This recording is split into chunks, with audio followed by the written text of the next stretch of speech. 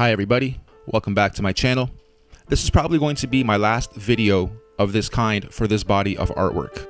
Now I've been going down the truther rabbit holes, if you will, pretty much my whole life, but the last 15 or so years somewhat seriously. A few years ago I came across Martin Kenny and his body of research and work based on who we are, what we are, where we're going, etc. And I was absolutely fascinated. What started out as a cool little art project to try to bring some of his models to life in a 3D environment, I found myself connecting all kinds of dots in life and relearning and de-learning, unlearning a lot of things I've learned over the years. I found it amazing how my art, or art in general, color theory, composition, perspective, perception, order, balance, harmony, all correlate to our existence here and our experience as humans, or rather spirits having a human experience. I've also been producing music for the last 25 years, and this sent me down beautiful bodies of knowledge in regards to the solfeggio frequencies, the 432 Hz, and other sacred frequencies which have been used over time in many ways, and how perverted our current state of media consumption is in regards to all of it being a beautifully designed cocktail to destroy your soul, depolarize you, and keep you hooked on a toxic intake with all of your senses. Anyway, music production, the sine wave. We all come from a sine wave. God, to me, is this guy right here.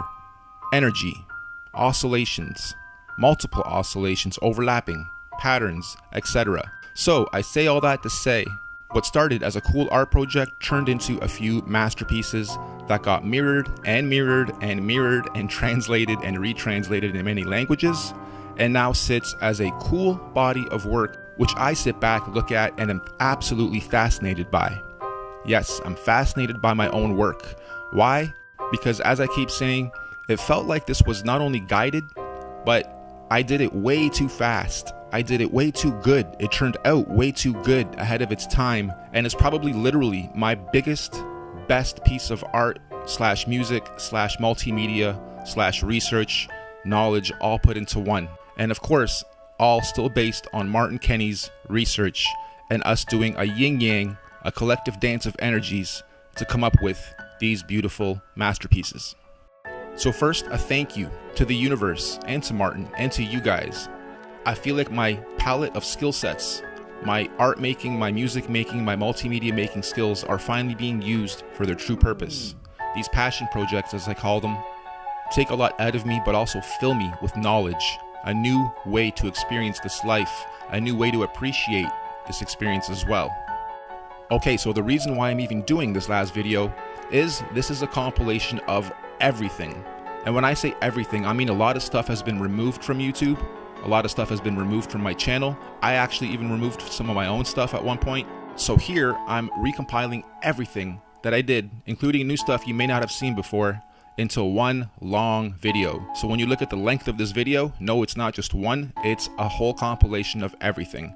So thank you again to this beautiful universe for choosing me as the conduit, and for showing me there are people in this world that do have eyes to see and ears to hear, and maybe our receptors are even a little broader, wider, and capable of receiving information that most can't, which in turn turns into prophetic work like we have here. So thank you again, and enjoy this long ass video.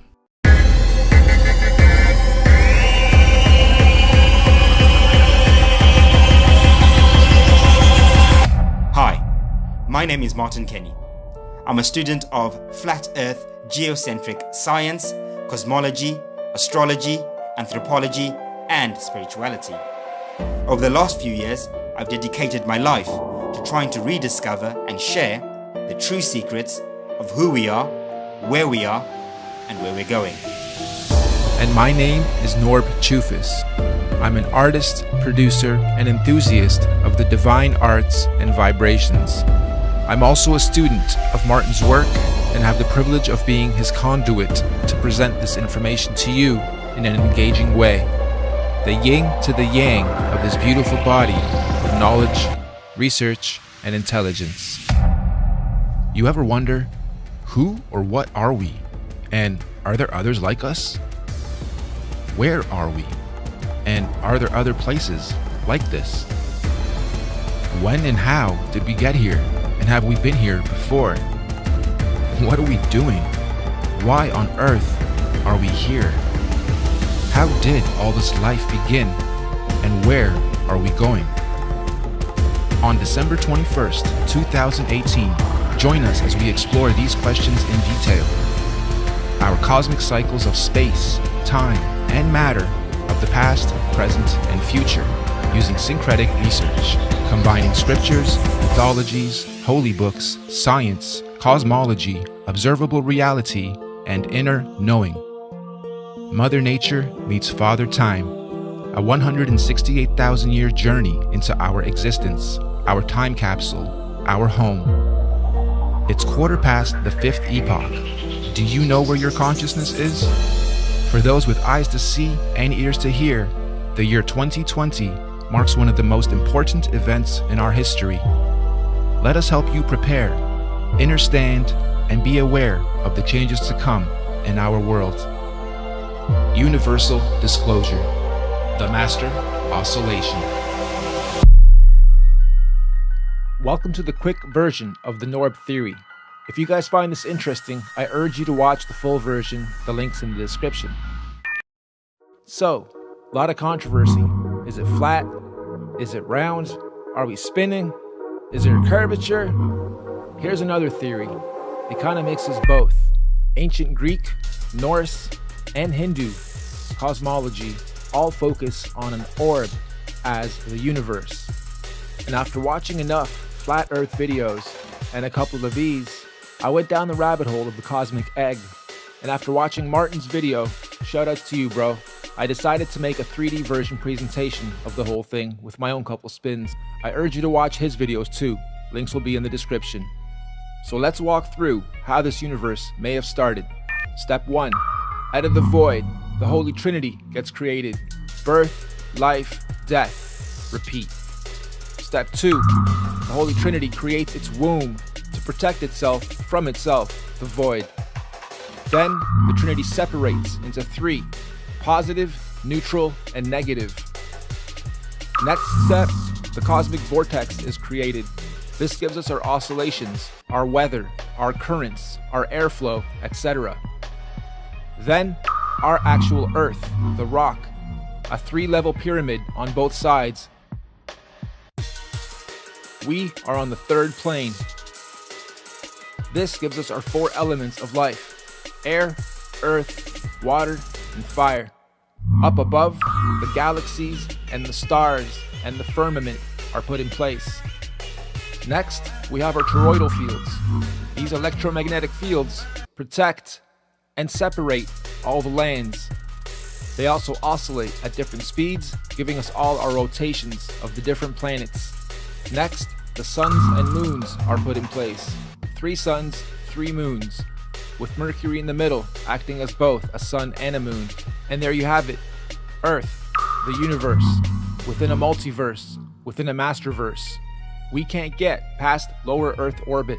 That's that first toroidal field to the lands of Mars and Venus. The Antarctic is not the South Pole. The Antarctic is the perimeter around that first toroidal field. When they say they're going to outer space, it doesn't mean up. It doesn't mean to land on stars. You can't do that. It means to go outside the perimeter to outer lands. When they talk about alien life forms or other life forms, it means coming from these other lands. So who knows what's beyond those perimeters? That could be the land of the aliens. Maybe we're the aliens. Maybe the outer perimeter has even more life forms and resources and inhabitable land. Maybe some of us already get to go there. One thing's for sure, if this is true, I could see why they'd want to hide it. The resources on these planes are obviously limited if this is all designed. If there really is a dome above us, and we're stuck here, and we can prove it, then the first thing we'll want to do is break out, figure it out. Why is it here? Why are we here? Who built this? Next, the religions will probably all claim they were right. Next, chaos, panic. The elite have done a great job at the divide and conquer campaigns over the last generations. Now it's down to gender wars, identity wars, regional wars, resource wars, and the most important, the war on your mind, body, soul, spirit, perceptions, indoctrination of who you think you should become and what you should spend your life doing. We're not unified, and that's the last thing they want. This scares some people. This makes others laugh. They'll continue believing we're spinning on a ball, defying all kinds of logistics. But okay. The cool thing though, is we're having a mass awakening. All the holy books pretty much tell this same story, just giving all the variables and planets and suns and moons their own names and actors and stories to go by. Being in the arts for the last 25 years, well, my whole life really, but professionally for 25 years, I understand one thing's for sure about music, art, feelings, and this world itself, and that's frequencies and oscillations. And we all come from a sine wave, operate in oscillations and cycles, and so does this planet. It breathes, it goes through cycles, it goes through patterns. The suns and moons go through multiple oscillations at the same time. This model also explains lunar and solar eclipses rather easily. Rainbows, color theory, etc. also rather easily. The point of this, if any, don't let it scare you, even if all of it is true. If anything, this should help you at least gain some knowledge, become a little more illuminated, and understand your life, your body, your mind, your soul is also a big oscillation machine, and you should be oscillating every single day at your full potential. So that if this next life, previous life, we are our own ancestors thing is true, you can ascend in your next lifetime to becoming your own star of stars.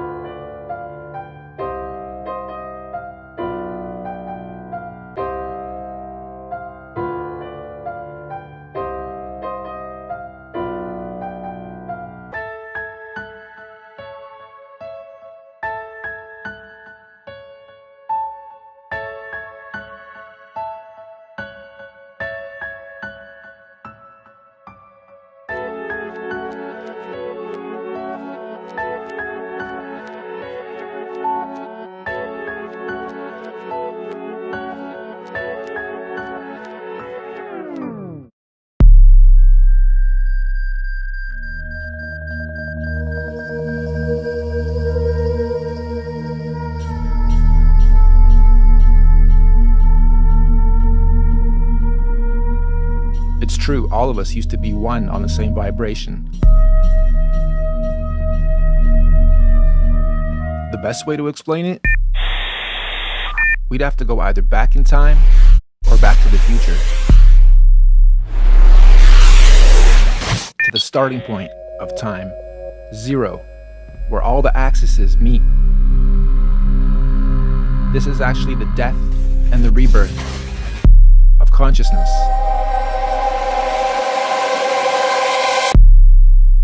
With the huge controversy on whether we do live on this spinning ball or a flat plane, I'm here to present an alternate theory, kind of mixing both. Ready?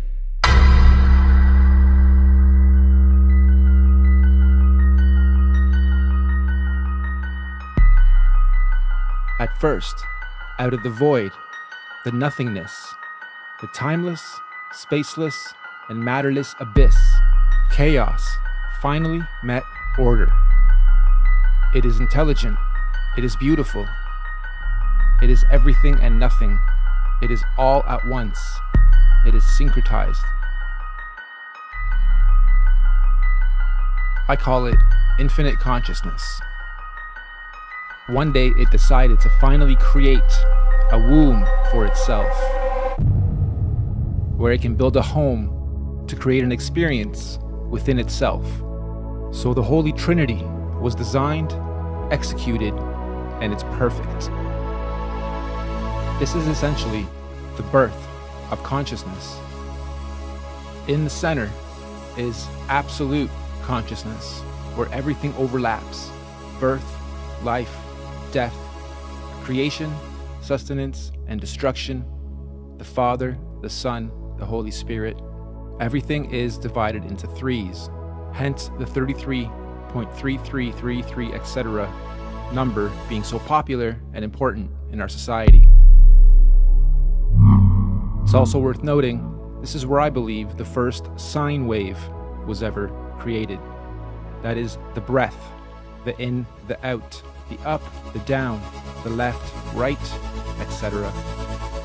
This is life, consciousness, cycles, repetition, patterns.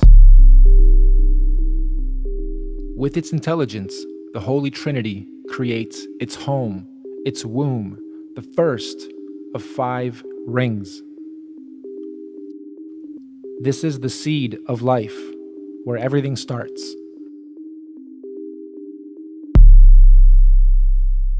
While slowly transitioning from chaos to order, the Trinity divided itself into 3 portions. Just like on a magnet, you have red and blue, positive and negative. Here we have birth, which is up top, Polaris, the highest star. In the middle we have life, which is green. And on the bottom we have death, which is red, negative polarity. This is also why we have RGB in our color codes. I'll actually explain that one in a bit more detail a little later, because it is important. Next, the Trinity started to stir its creation, essentially creating our cosmic vortex, the universal highway, and our atmosphere generator, all basically connecting us to the Masterverse, so they say. Up top, this also creates the mainframe that powers it all. This gives us our energy, our weather, our flow of airs, waters, currents, all spinning clockwise, oscillating, and giving us our gases, gravities, densities, buoyancies, turbulence, etc.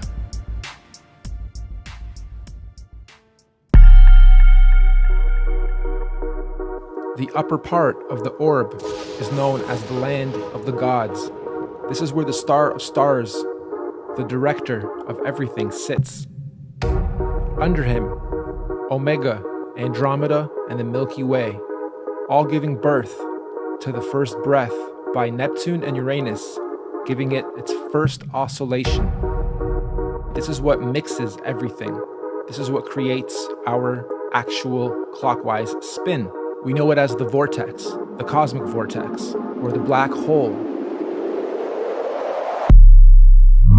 Next, we have our actual Earth, built in 3 parts as well, both above and below.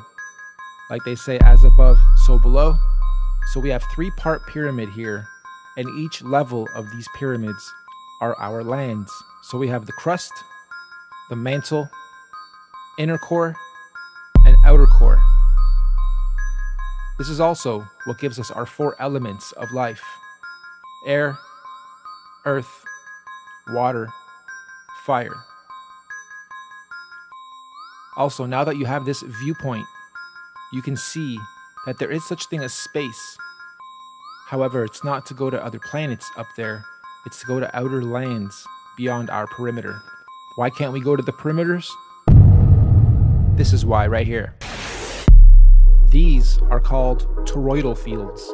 You guys know them as the Van Allen belts. There are 5 toroidal fields that separate the lands and give each its own ecosystem, its own sun and moon, and give each its own atmosphere and rotate and oscillate to give the Earth its breathing system. Okay, this allows the whole orb to breathe in and out, and these toroidal fields protect each perimeter, or we can call them districts. So we are on the center one, and you'll see 4 here with a tiny one in the center of our Earth, which is the North Pole. Okay, there is an actual polar field there. There is actual energy there. Compasses get pulled there. So let's take a closer look. These electromagnetic fields all oscillate at different speeds. So if we go by this theory, then the sun is traveling around us at around 1,000 miles an hour. And the other stars are also traveling in their respective speeds in their own perimeters. The second perimeter with Mars is 67,000 miles an hour, and the outer perimeter is close to 500,000 miles an hour. So all of these have their own oscillations, both the actual rings and the actual planets or sun and moons within them. Each of these lands, each of these rings has 4 atmospheres to go along with it. And that is the troposphere on the bottom part, the stratosphere just above us, the mesosphere, and then the thermosphere. And again, going back to the vortex that spins from above and below is what gives all of these their oscillations. We're going to talk more about oscillations a little later because they are very, very important. Okay, so now let's break down the planets. Each land has its own sun and moon. Mercury, which is the very center of centers of everything in the North Pole, is both a sun and moon. Okay, it is both, therefore, we're not counting it here. We're saying there's 3 suns and 3 moons, man and woman, left and right, positive, negative.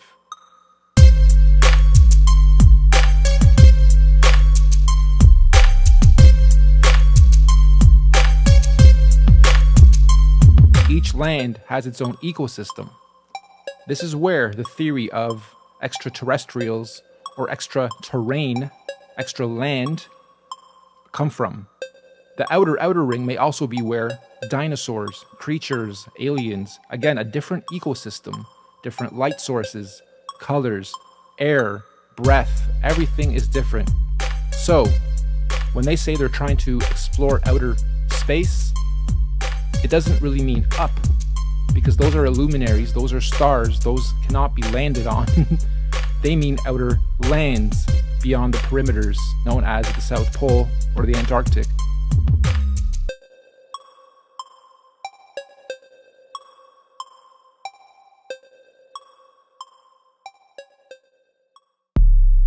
You guys have taken in a lot of data. Congrats for sticking around this long. Let's quickly recap. We have the Holy Trinity creating the womb. Then the Holy Trinity separates into positive, neutrality, and negative. Then a vortex is created. Then a rock is created for our lands. Then our toroidal fields are created to create cycles and to create breath and to create oscillations. Then suns and moons are created, and they also have their own oscillations, and they are all respective to their own lands. So let's break down oscillations some more. Here we simply see a sun and a moon going around in a circle. And here we see 3 going around in circles. Now some are oscillating faster than others, but they're all generally going in a circle.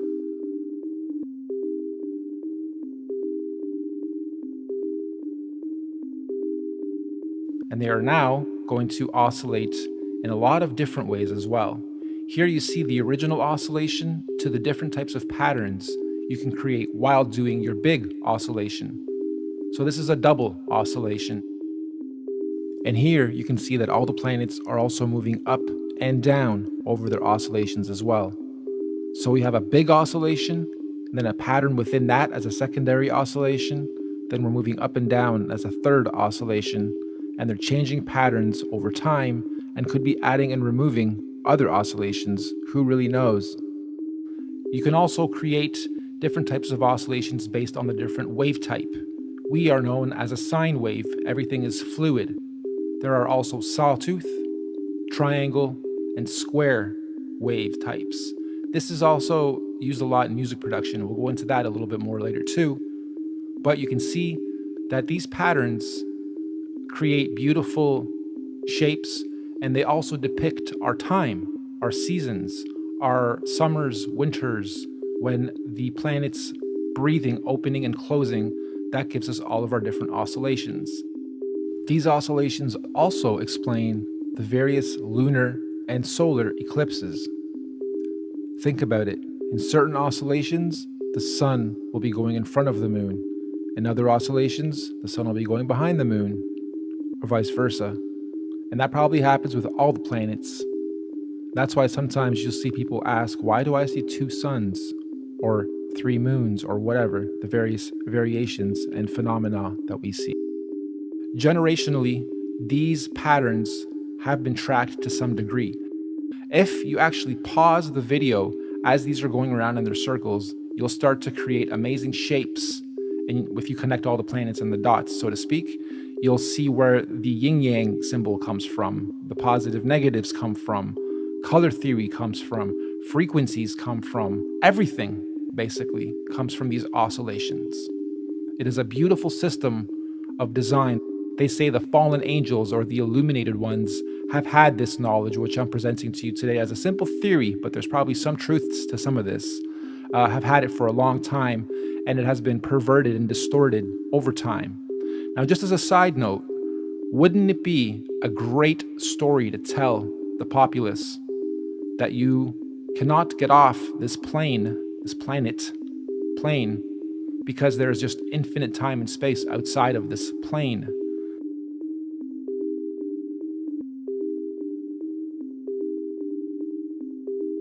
We only have access to the inner part. It is a special part of all this because it is the center, and we have access to the North Pole, which is where ascension happens. And I do think we are in a special time. It's not just, let's prove the Earth is flat. What's beyond that? So what if it is? Well, what might be outside those perimeters? Maybe there are things we need to protect ourselves from. And or maybe it is just a bunch of land we cannot get to, but every country, every government would love to chop it up, carve it up, because there's so many precious resources out there potentially. Okay, so let's look at oscillations and frequencies in music now. I've been doing music production for a very long time, on top of doing art, digital media, video. I've gone through everything to do with art at a fundamental level in various gifted schools and whatnot. My creative side is my passion, my labor of love, and I believe I've been given these beautiful talents and skills to share beautiful information like this and potentially help you guys ascend, or at least become illuminated and understand and have knowledge in a beautiful, engaging presentation. Here we have frequencies with music and layering music and giving you visuals for those frequencies. You can see that certain notes sit in the lower frequencies and certain notes sit in the higher frequencies.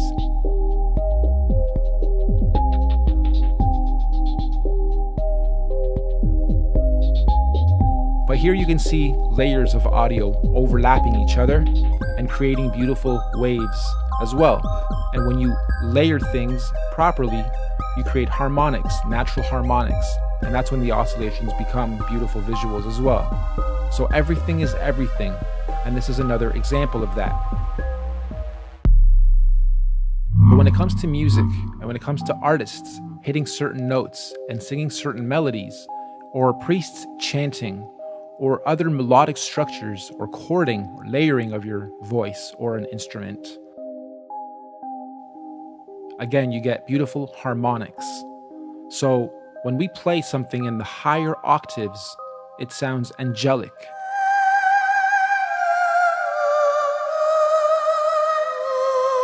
When we play something in the lower octaves, it sounds demon-like.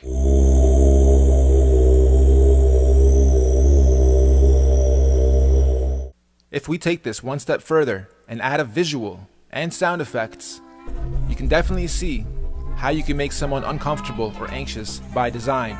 Now, while watching this, think of your daily routine and how you oscillate and what you eat and what type of frequencies you take in, people you talk to, entertainment you take in, etc. You'll be surprised at how much negative energy you probably take in on a daily basis and don't even know it.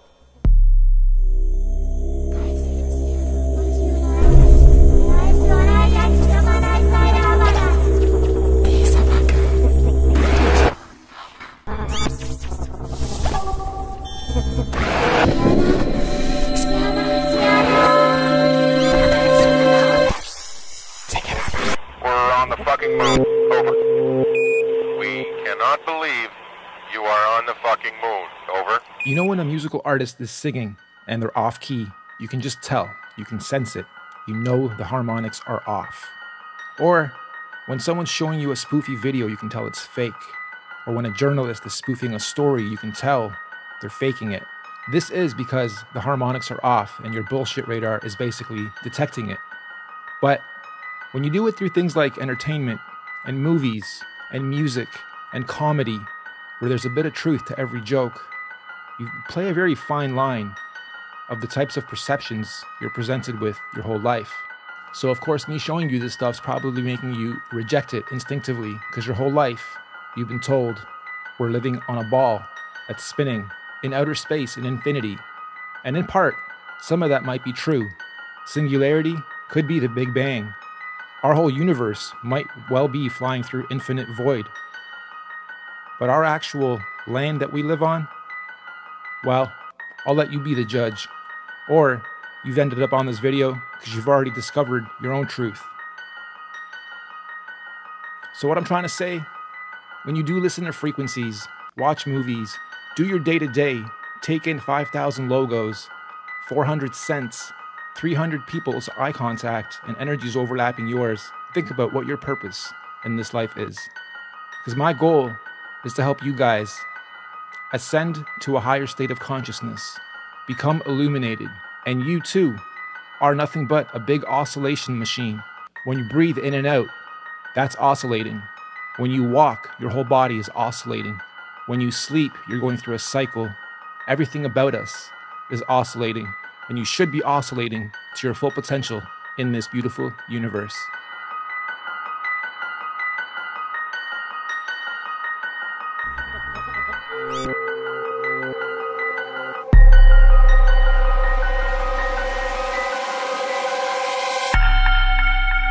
In between the fourth and fifth toroidal fields is where the firmament sits.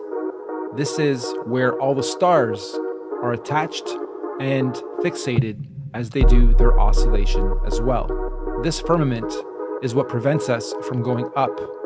In fact, there's footage online of rockets being sent up by independent teams, and you can clearly see it hit something up there before coming back down. Now, if you look up Operation Fishbowl and Operation High Jump, you'll come across some interesting information regarding the efforts that the governments have put in to try to get through the firmament. Anyway, that is how the star system works.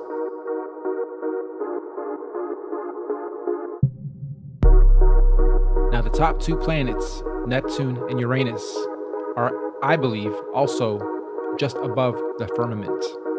They are what give the initial spin to the vortex.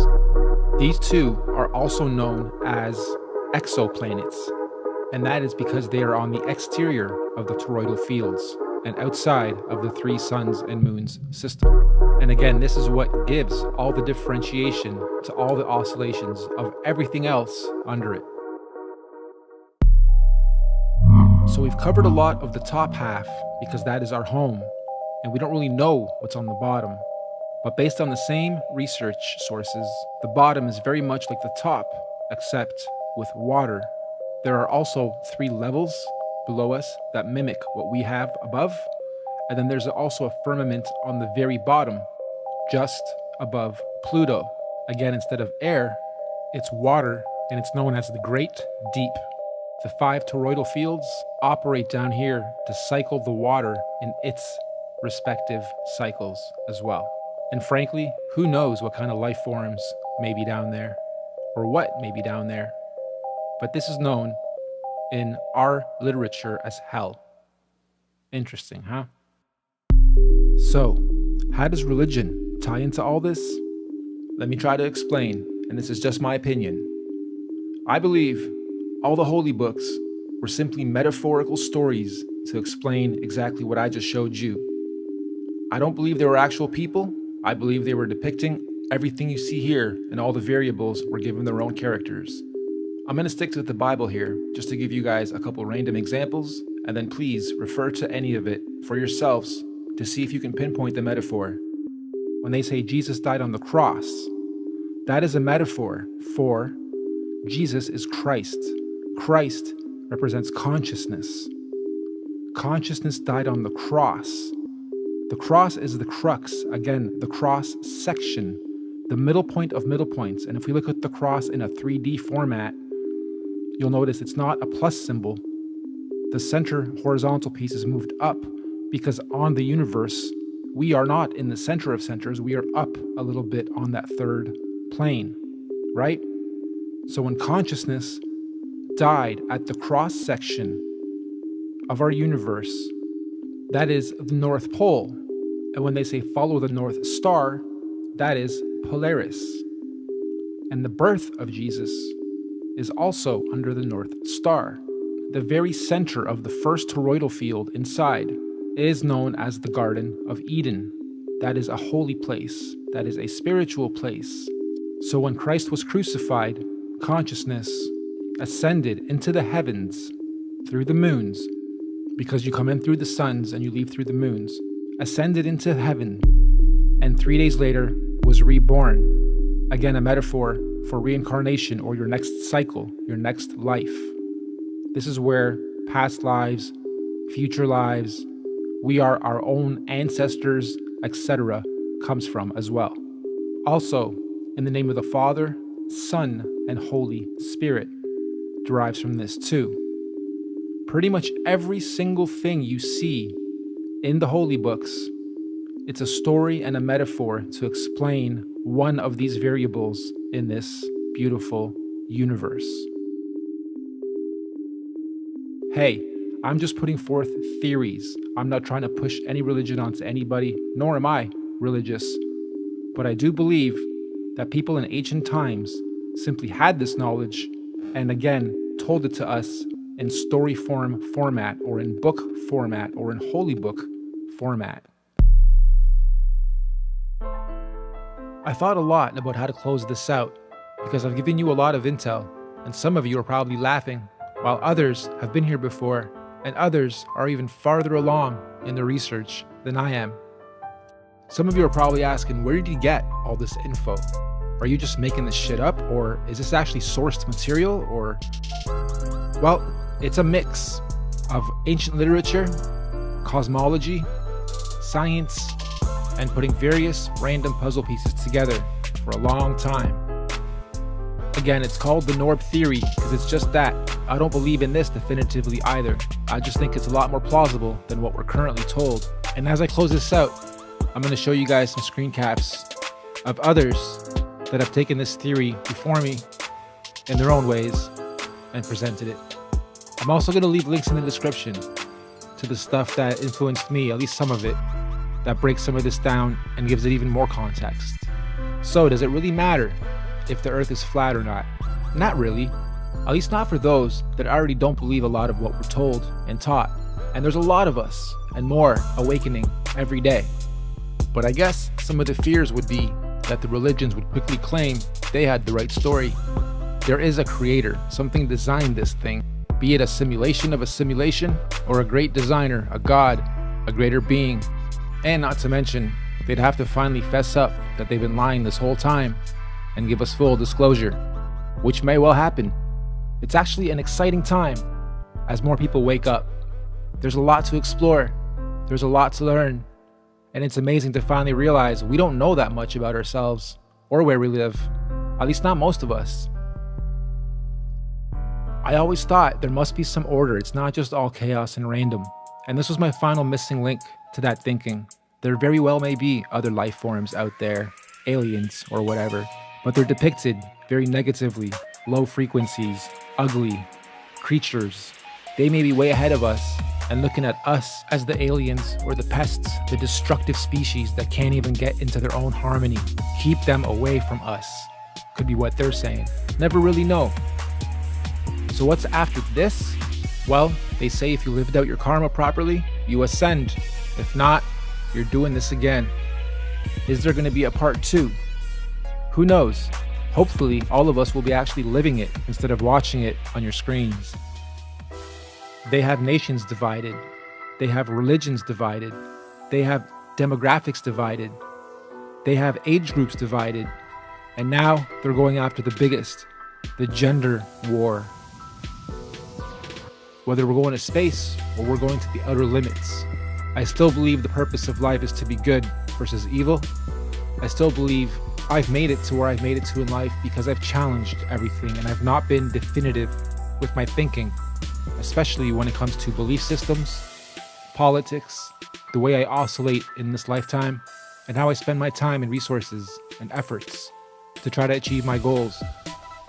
As we go through this transitioning, this big mass awakening, I'm sure some of you can already feel it and sense it. More and more of you guys are going to come to your own truths faster and faster than ever before. So if anything, I'd love for you guys to at least keep an open mind to this and anything that is presented in front of you as fact and definitive.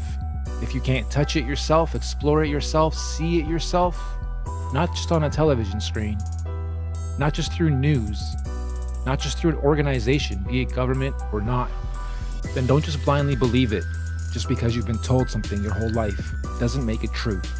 But do your own research. And the 5 most important words that I don't think they want me telling you, they're simple. All you need is love.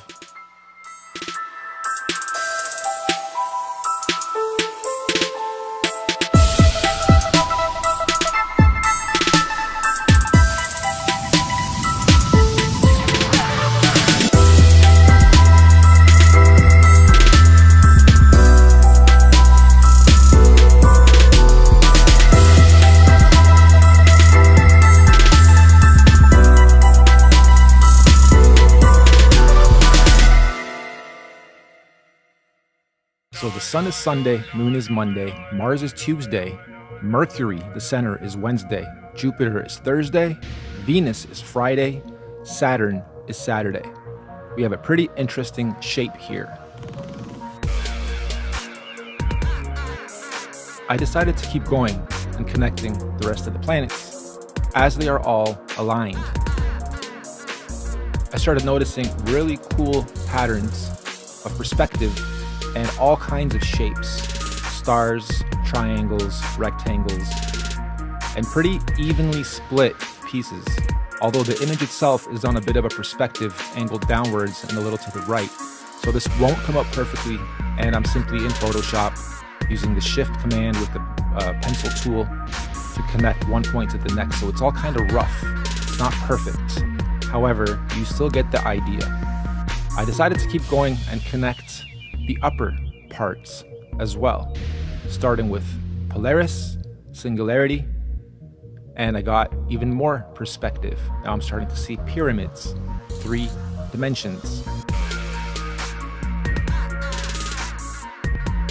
Then I started to think about some of our structures and some of our stories, and the story of Babel, where they built the tower to try to get up there.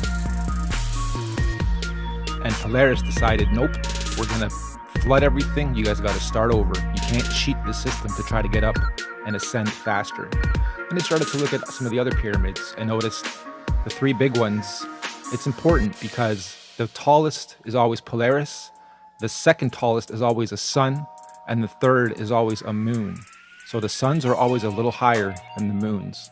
Anyway, just thought this was kind of interesting as I start overlaying some of the images. Okay, so I start to go even higher now and connect the midpoint, the firmament, well, the midpoint up there. And I get even more perspective, perhaps even more dimensions. And again, as they are spinning and oscillating multiple directions at the same time and changing that directional pattern, We go through different cycles of time.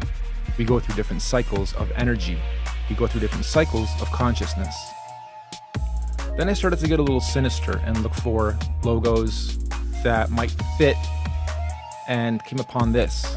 Again, just theorizing, just having some fun and being creative, seeing what I could come up with.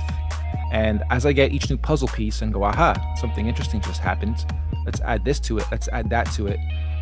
This is just me, again, theorizing, being creative on perhaps why the chevron vector symbol is so important, because it's in everyday use all around us in all our energies and all our logos.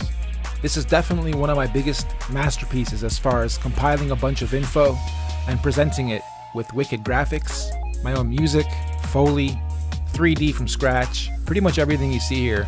And I'm really proud of this thing.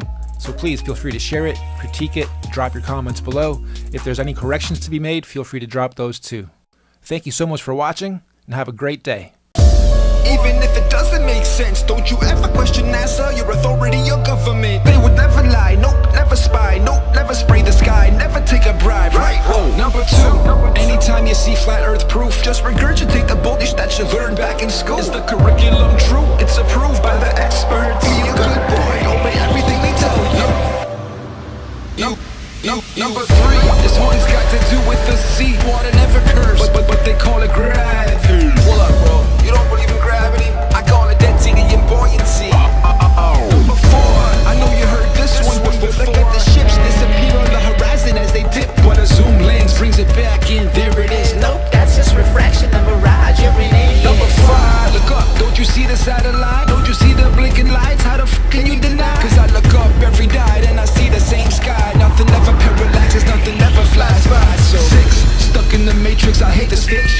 Spaceships, photoshopped reality from data strips. Yet we believe 6 moon missions made it.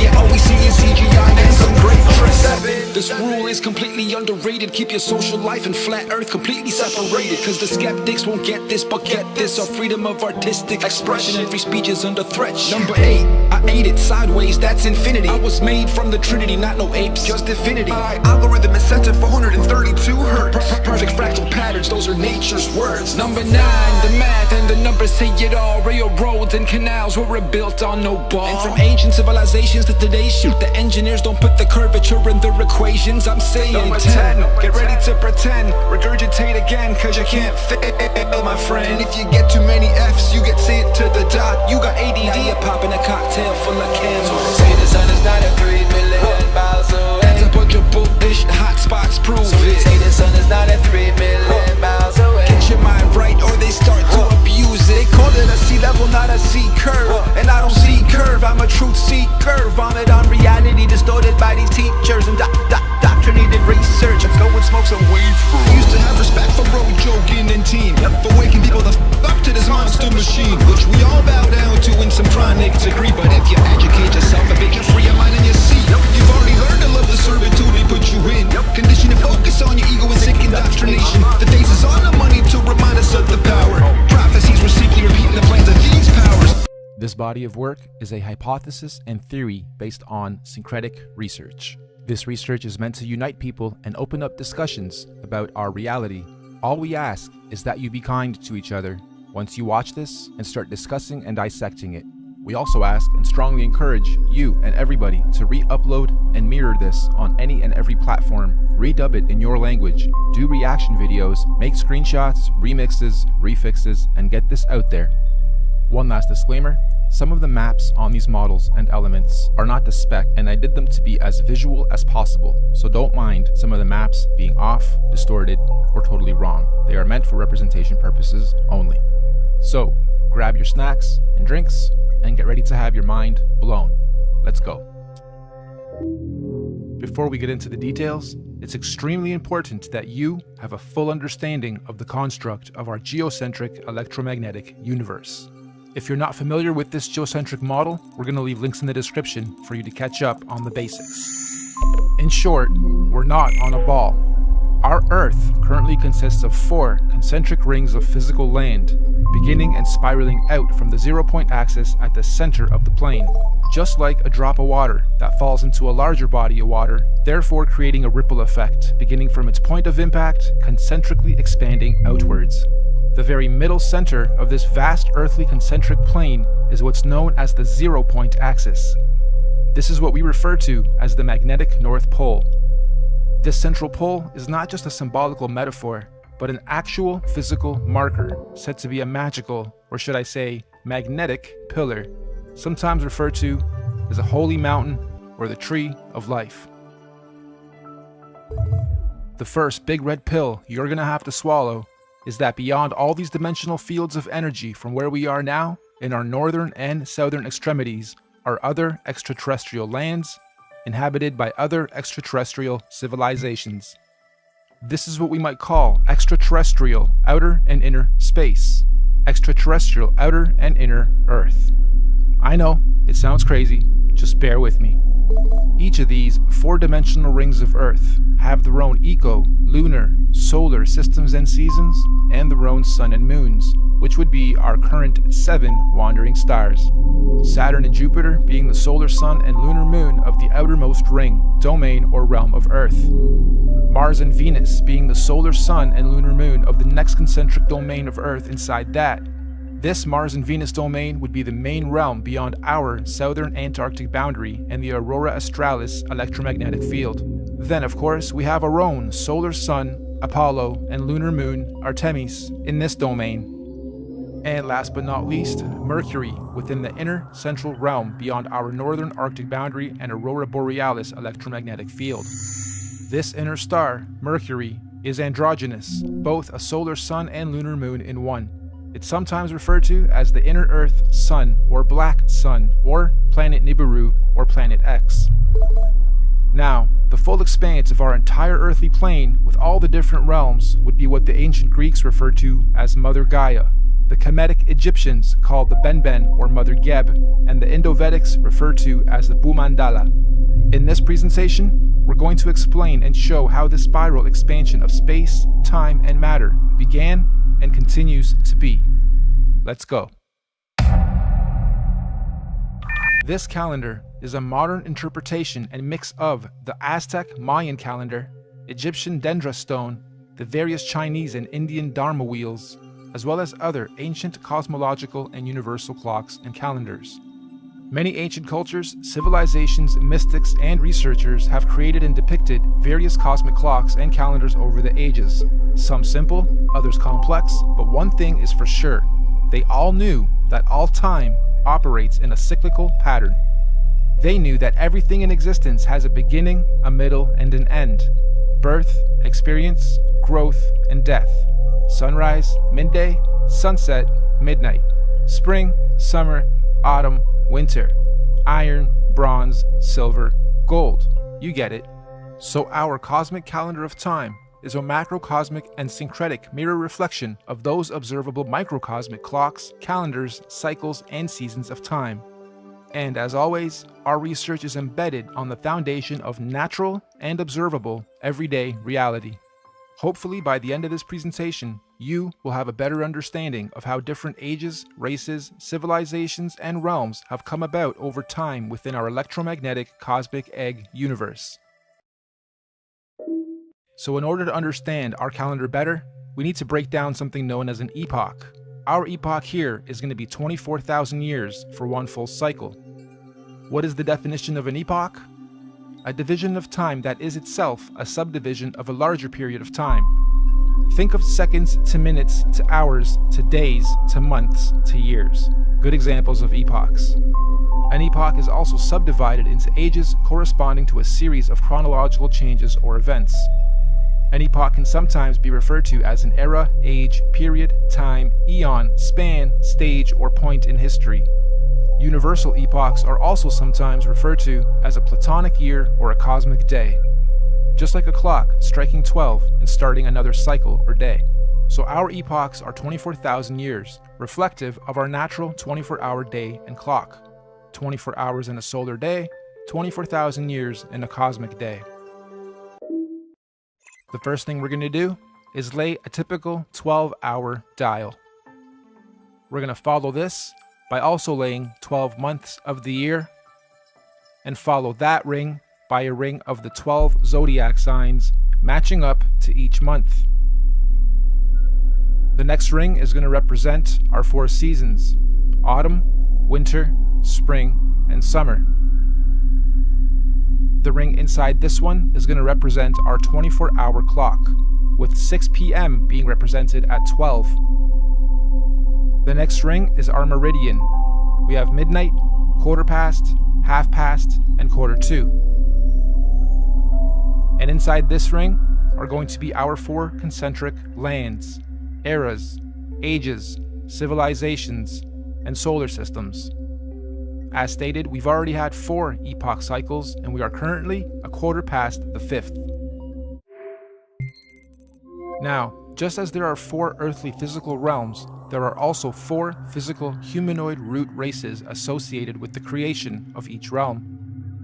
These 4 root races are the Hyperboreans, Lemurians, Atlanteans, and Aryans. But there's also a 5th race of beings that lives in the center, Mount Meru, of our Earth. This is the Master Root race, the Polarians. Unlike the other 4, the Polarians are semi-ethereal, meaning not completely physical beings. They do not have a definitive skin pigment, size, color, or race. Having said that, they are often depicted as being somewhat indigo-bluish, translucent beings. The very middle or central point of Earth is where the earth and the heavens meet, and this is where the gods live. We propose that the Polarians are able to transverse between the 2 worlds, the heavens or spiritual realms above, and earth/physical planes below. Anyway, these Polarians began the human race at pole position. They were the very first forms of earthly beings to manifest on this plane. All the other 4 root races were seeded by the Polarians, hence the term Master Race. We could also call the Polarians the Guardians of the Earth. So this first Polarian epoch, or first 24,000 years, centered around the cosmic tree of life, was regulated by the grand heavenly first and largest solar system, Neptune and Uranus, the highest and first 2 wandering stars, or sun and moon, of our universe, albeit semi-ethereal in nature. And at the end of their epoch, the Polarians completed their first cycle or circle of cosmic time, 24,000 years of experience. This was the end of their epoch. At this point, the Polarians created their very first physical manifestation, and so the Hyperboreans realm and root race are created. A new physical paradigm emerges, unfolding out of the North Polar Center axis, aka the very first ripple.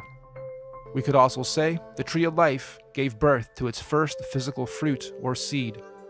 This process is what we might call a pole shift, the very first pole shift of our Earth.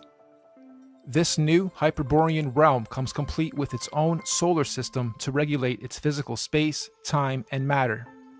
The very first sun and moon are also created, Jupiter and Saturn. However, at this stage, they are androgynous. They are one. They are not separated. They only separate at the end of their epoch. This is the first domain to experience fully physical earthly space, time, and matter, all regulated by the very first earthly solar system. This Hyperborean realm that unfolded out of the center pillar was the very first Garden of Eden, surrounding the Tree of Life, or Mount Meru, at the center. Keep this in mind for the rest of the creation process. Every time a new ripple comes out, it is the new Garden of Eden.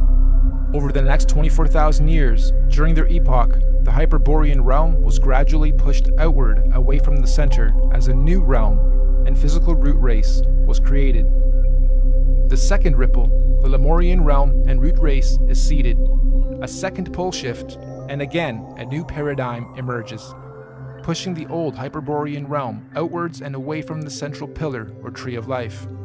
This is also where Saturn, aka Kronos, and Jupiter, aka Rhea, separate and start their orbit. This second realm, the Lemurians, also get their own sun and moon, which is at that point in time also androgynous, a sun and moon in one, which will in 24,000 years be known as Mars and Venus.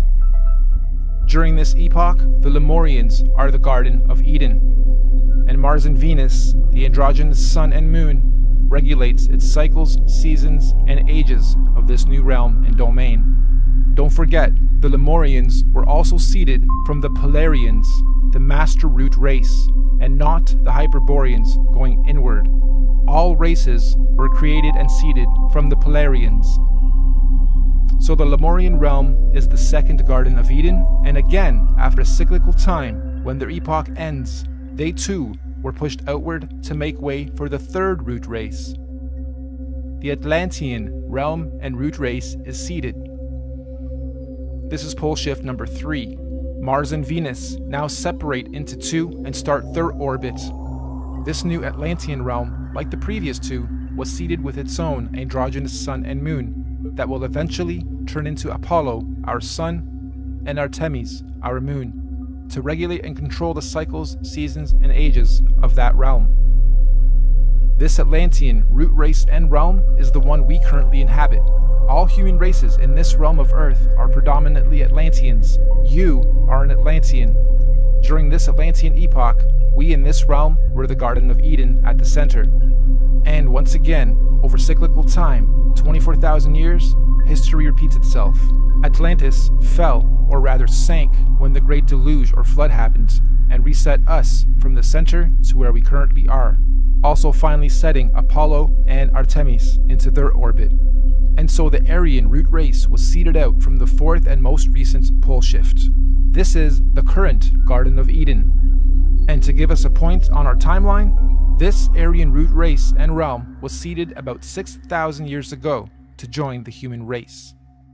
And as our fractal pattern continues, just like the realms before it, the Aryan realm was birthed with its own solar system, Mercury, its androgynous sun and moon, to regulate and control the cycles, seasons, and ages of that new domain. And so, here we are, 6,000 years into the Aryan or fifth epoch.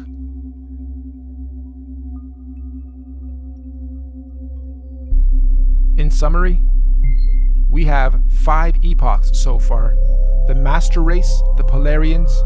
24,000 years later, the Hyperborean realm was created. 24,000 years after that, the Lemurian realm was created, then the Atlantean, then the Aryan. And according to many ancient scriptures, mythologies, and mystics, there are 2 more epochs to come, meaning 7 epochs, 7 earthly realms, and 7 root races. Moving on. You'll also notice in this realm of Earth we are currently in, there are 4 main races. All the other races in between are mixed races, or rather mixes of these 4 sub and root races. The black races have their DNA lineage from the very first Earth root race, the Hyperboreans. All native black cultures of this realm predominantly have their cultural beliefs and practices handed down by the Hyperborean root race, sometimes referred to as the Anunnaki.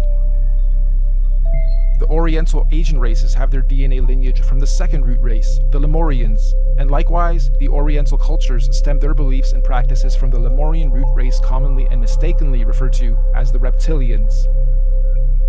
The Indo-Asian races have their DNA and lineage from the third root race, the Atlanteans. The Indo-Asians naturally stem their beliefs and practices from the Atlantean root race of their current realm. The Indo-Asians naturally stem their beliefs and practices from the Atlantean root race of this current realm. This means the Indo-Asians or Vedic Indian races are the original root race lineage of this Atlantean realm.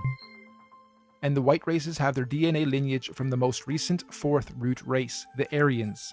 And of course, most of the white cultural influences we see today are seeded from the Aryan root race currently at the center, Garden of Eden.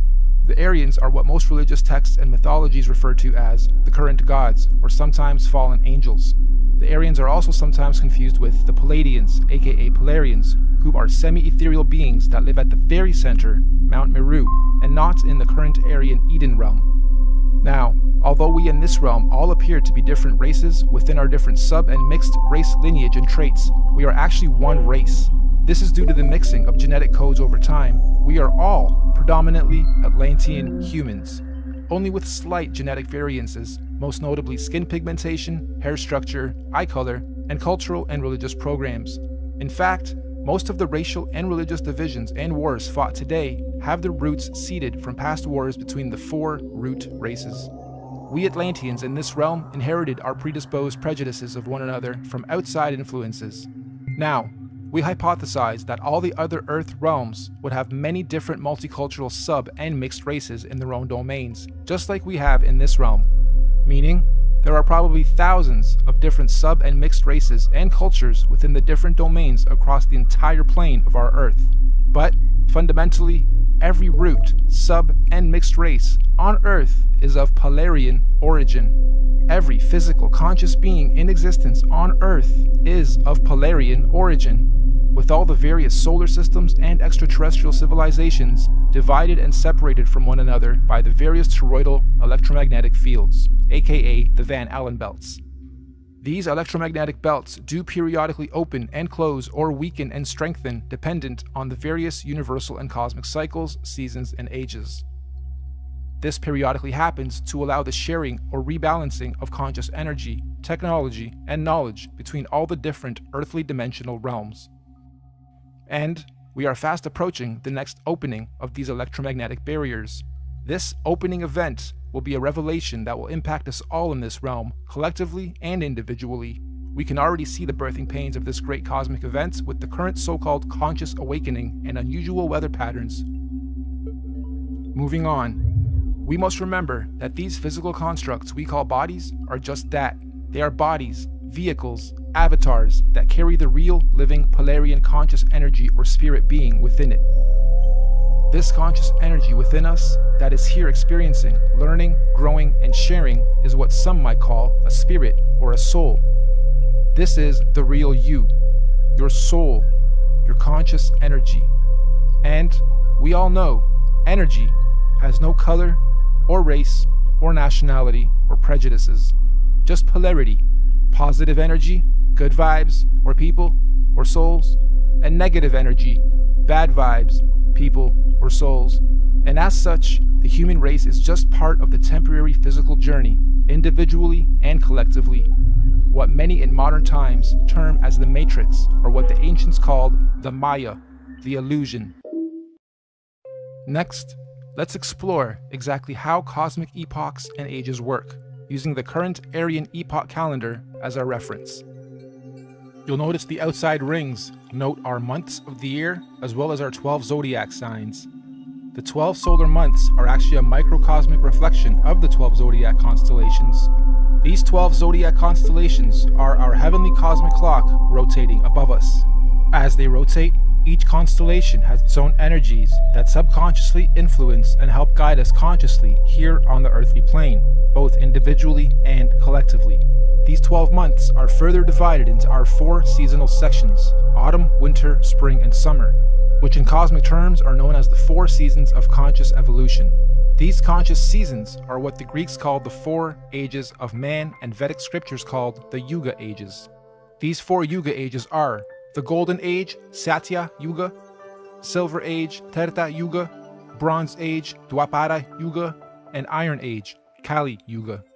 A full epoch, 24,000 years, is broken up into 8 Yuga ages. Therefore, each Yuga age is 3,000 years. You'll also notice there are more golden or yellow ages than any other.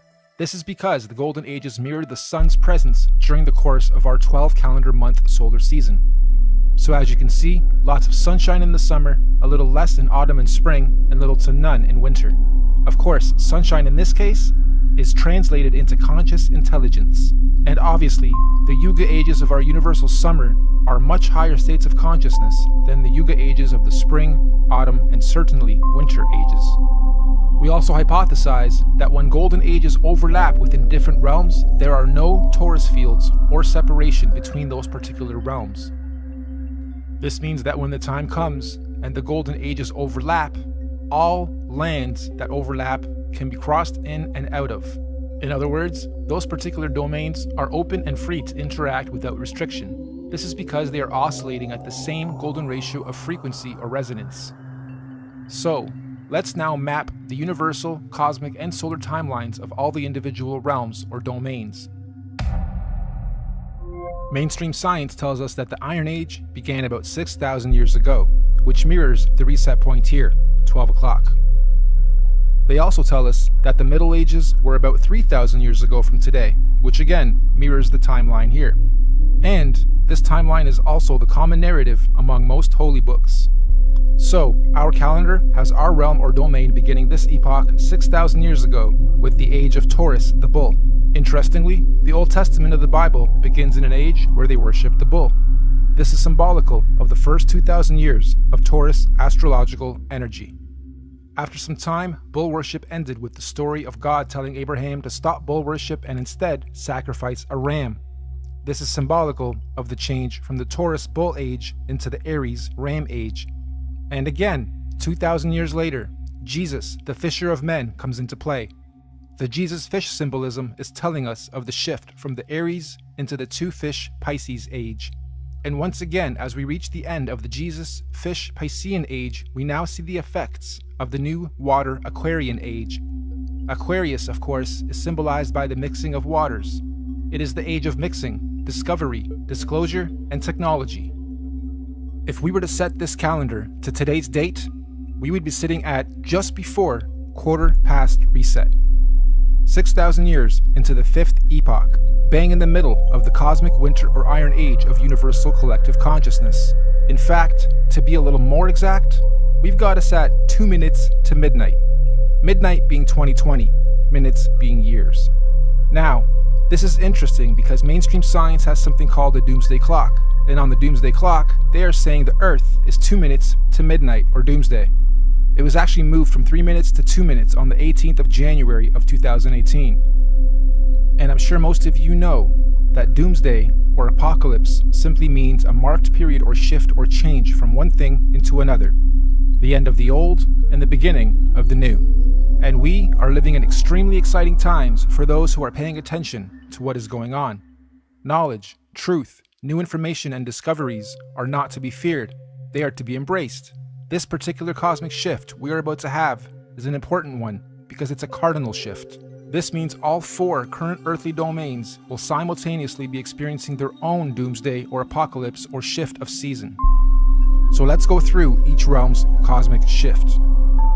The Central Aryan realm will be having a fantastic apocalypse, shifting up from their bronze into their silver age of consciousness. We in this domain, we're having an okay but confusing apocalypse, shifting up and out of our Iron Age into our Bronze Age of consciousness. Hence the so-called conscious awakening. Knowledge, information, and data are more readily accessible to the masses than at any other time in this era of recorded history. We can clearly see all these changes slowly taking effect, particularly in the more advanced regions of this domain. We get a lot of knowledge from technology. Now, the domain outside of ours, Mars and Venus, are going through a horrible apocalypse. A real doomsday for them as they reset or fall from their golden ages into their iron age of consciousness. And the last realm, the Hyperborean realm, still has one more golden age to go. What's even more interesting though, is the nature of this current and coming cosmic shift. Like we said earlier, the current shift is called a cardinal shift, meaning we are not only having a zodiacal energy shift, but we will also simultaneously be having a physical solar shift to mark all these changes. This simultaneous double transitional shift is known as a cosmic or galactic alignment. So, 2020 means you have perfect vision. Why 20? Why not 10? Or 100%? Well, if you believe, like I strongly do, that we are running on scripts or scriptures, some that we haven't even discovered about ourselves, then you may also hypothesize that in 2020, we will all have perfect vision. What does this mean? It means on the 21st of December, 2020, during the winter solstice, there's going to be a great cosmic solar event that will be seen and experienced by every single conscious being in our universe. This is what is commonly being described as the event. Why December 21st, 2020? there's natural scientific significance of this date with relation to our solar system. Most of you will know that on the azimuthal equidistant geocentric Earth model, the Sun coils up and around the electromagnetic dome that encapsulates our Earth for the summers, and coils down towards the end of our solar year to its southernmost position of the Tropic of Capricorn, and on December 21st is at its lowest zenith or y-axis point, the farthest out from our land center and the closest to the Earth vertically. This is what's known as the winter solstice from a northern hemisphere perspective. Once the Sun has reached its lowest point, it follows the same gradient circuit, neither ascending or descending for 3 days, before it then begins its journey back up to the Tropic of Cancer towards the top and center of our electromagnetic dome of this domain. Meaning, every year, for only these 3 days of our year, from the 21st to the 24th of December, the Sun is neither rising or falling along the electromagnetic torus field dome over and around us. The Sun only resumes its ascension back up to the top 3 days after the 21st, on the 25th of December. Sound familiar? Dead for 3 days, only to rise again? Anyway, if there's to be any kind of cosmic solar event, it would most likely happen during this period when the Sun figuratively dies and is waiting to rise again. Using the same principle, we hypothesize that all the other suns in all the other domains follow a similar solar system. As above, so below. As within, so without. However, obviously their seasons and solstices occur at different times in relation to their own individual ecosystems. You've heard us refer to this body of work as the master oscillation. That's basically what we're saying. All the luminaries have their own paths. Oscillations, secondary, third, and fourth oscillations, and eventually they all line up again, and eventually, they complete an even bigger cycle, fully lining up. And this only happens once every 6,000 years. So on December 21st, 2020, Mercury at the center, our Sun in this domain, Mars in the next domain, and Saturn in the last domain, and all the moons on the other side, will all stop and align in the same direction on the same path and gradient at the same time for the first time in 6,000 years. This is what we hypothesize is the long-awaited return of the Sun/Sun, or Christ, the galactic alignment, return of Nibiru, or Planet X, or consciousness, the great solar event. This cosmic solar alignment will take 3 days to fully align, starting on the 21st of December and ending on the 25th of December. The electromagnetic torus fields in all 4 realms will either disappear or open up or weaken due to this galactic solar alignment. This is the opening of the portals or windows of the heavens spoken of in the Bible. This opening should occur for 7 days, from the 25th to the 31st of December 2020. It also means everyone on Earth will all be able to see all the different wandering solar systems of all the domains clearly in our skies. Everyone will have 20/20 vision. And if you think about it logically, if all the luminaries are at their lowest points, that would make everything above us easy to see, bright, and crystal clear. On a side note, isn't it interesting that we've all been conditioned to be the most busy during the specific time of year every year, and blinded to the Earth's true oscillations, signs, and beauty? Yeah, we celebrate. However, the ways we do it and the reasons we do it are perverted. Even with how many trees we cut down every year to carry out a ritual, which could actually be a geocentric ritual to begin with. The tree of life, the Christmas tree. This period of time is what the ancient cultures were describing when they said there was a time when the sky fell. Many ancient cultures also describe a time where there were many suns and many moons in our sky, and we believe history is about to repeat itself again. This phenomenon will affect and change our atmospheric conditions as well. These events periodically happen over cyclical time in various scales. The last big one occurred in 1859 and was called the Carrington event. Feel free to look it up.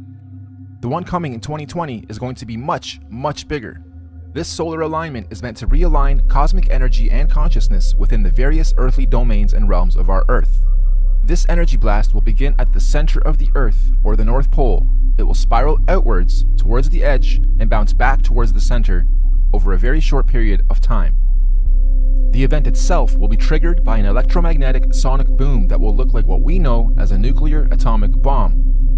Don't worry though, it will not be an atomic bomb. However, it will positively be nuclear. It will give humanity a new, clear vision for the future, individually and collectively. It will give us 20/20 vision. We suspect the current powers that be will attempt to use this natural cosmic event as the ultimate false flag. They may say aliens did it, or it was caused by global warming, or an attack from across the world. This sonic boom of electromagnetic energy may shut down our entire electric grid instantaneously, causing a collapse of our financial, socio-economic, political, and collective cultural existence as we know it. And thus, this event may be used to pave the way for a new order in our world. But this cosmic event is not to be feared. It is a natural process to allow growth within our individual and collective consciousness. The greenish astral rays that this event will create will cover the entire plane of our Earth for a short period of time. Again, it is not to be feared. Governments and authorities will most likely tell us that this green mist caused by this event is a toxin. They will tell us to stay indoors and not go outside into the radiation. Avoid it at all costs. They will say it's harmful radiation. And it will be. For those who have heavy metals in their bodies, i.e. vaccines, iron from meat eating, etc. But for those without harmful chemicals in their bodies, the radiation will radiate and activate dormant DNA, potentially giving you supernatural abilities. Maybe not Superman-like, however a heavy increase in consciousness and your 5 senses will be expected. And for those of us planning to make the pilgrimage up north to the central realm of our Earth, aka the Garden of Eden, this will be our window of opportunity. Many of you here will also know the Mayans predicted the end of their calendar year or the apocalypse would happen on the 21st of December, 2012. Take note of this date, December 21st, 2012. The Bible also talks about the 7 trumpets of preparation before the return of Christ or the Son of God. And after the 7th trumpet, he, the great Son, will return. Well, we hypothesized that the Mayans were spot on with their prediction. Their December 21st, 2012 date marked the beginning of the end. And the 7th trumpet, of course, 7 years later, December 21st, 2019. Which means December 21st, 2020 will be the first year after the 7 trumpets, the 8th year. 8, of course, being the number of completion. And it is also written that everyone on earth will witness the return of Christ consciousness or the Son of God. Side note, we are just citing scriptures. None of us on the team here are religious or trying to push any dogma on anyone. On the 16th of November 2017, we had a very strange phenomenon occur in this realm. Many of you will remember the red sun and red skies we witnessed and experienced in most of the world. We hypothesize this was a sign of what's to come for those who are paying attention. I know everyone here probably witnessed and experienced this phenomenon, but how many of you actually took note? Of course, mainstream narrative at the time was that it was nothing important, just dust from the desert blocking the sun, and so that little solar event came and went with hardly anyone taking note. Well, for those with eyes to see and ears to hear, please take note. Moving on, we hypothesize that the opening of these electromagnetic torus fields on the 25th of December 2020 will create an atmospheric plasma discharge due to all the different solar systems of our cosmos being in direct contact with one another. This will create a rainbow effect atmosphere all over Earth in all the realms, an atmospheric twilight, if you will. More importantly though, this opening event will also allow for physical travel between all 4 realms or domains for those with the technology or means to do so. We might call this real interdimensional or outer or inner space travel. Here's another big red pill. NASA has openly admitted on numerous occasions that we humans cannot go past low Earth orbit or beyond the Van Allen electromagnetic belts or domes. However, during this period, we believe we will finally be able to do so. And what does that mean for us? Well, all these different realms are going through their own individual cosmic shifts, seasons, and ages. Because the spiral ripple began at the center, it technically means that, at the center, the inner dome or realm is 3,000 years ahead of us. They have already had 3,000 years of Bronze Age, where we in this realm haven't yet. Our reset happened 3,000 years after theirs, which means, during this 7-day cosmic event, anyone able or allowed to enter this inner realm will technically be time traveling 3,000 years into the future, or ahead of time. In layman's terms, I'm saying that this inner domain is 3,000 years ahead of us technologically, physically, mentally, spiritually, and consciously.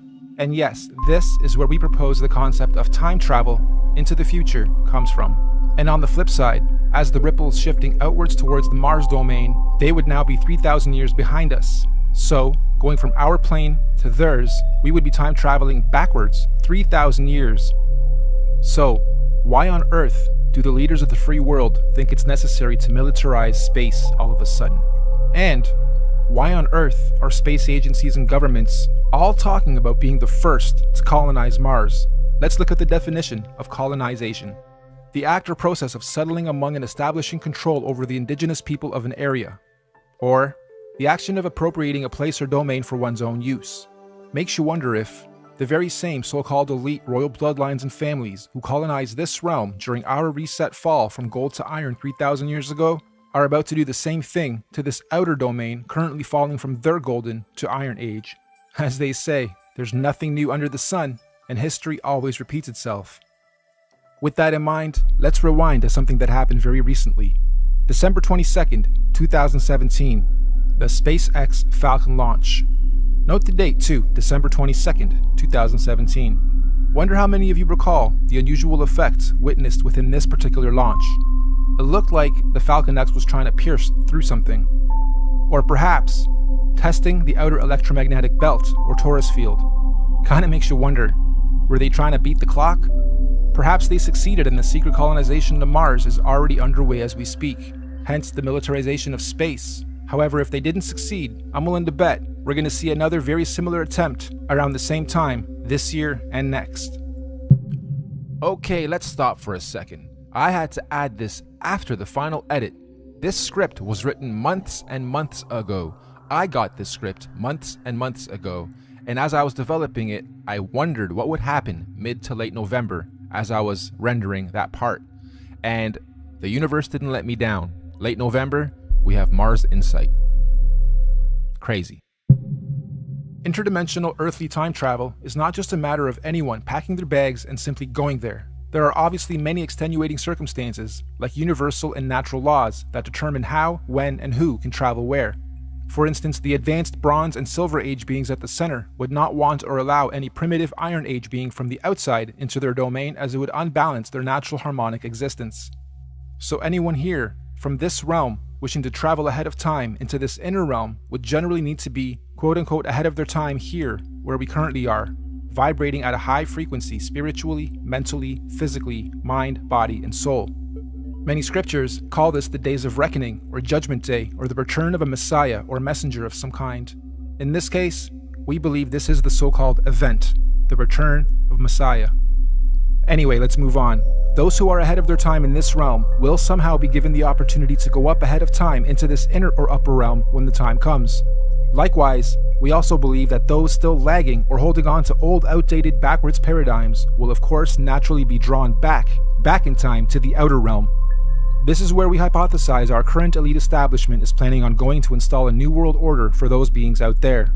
Most people in our realm, though, will be staying here, in this domain, after the event, to continue experiencing, learning, and growing in the upcoming new Bronze Age and One World Order. And exactly how or what this new age or order is going to be, who knows exactly, but what we do know is that this domain will not be anything like it currently is today after the event. And so finally, when these 7 days have passed over, January 1st, 2021, on New Year's Day, the first day of the first month of 2021, the electromagnetic torus fields or domes of each domain will fall back into place as they were.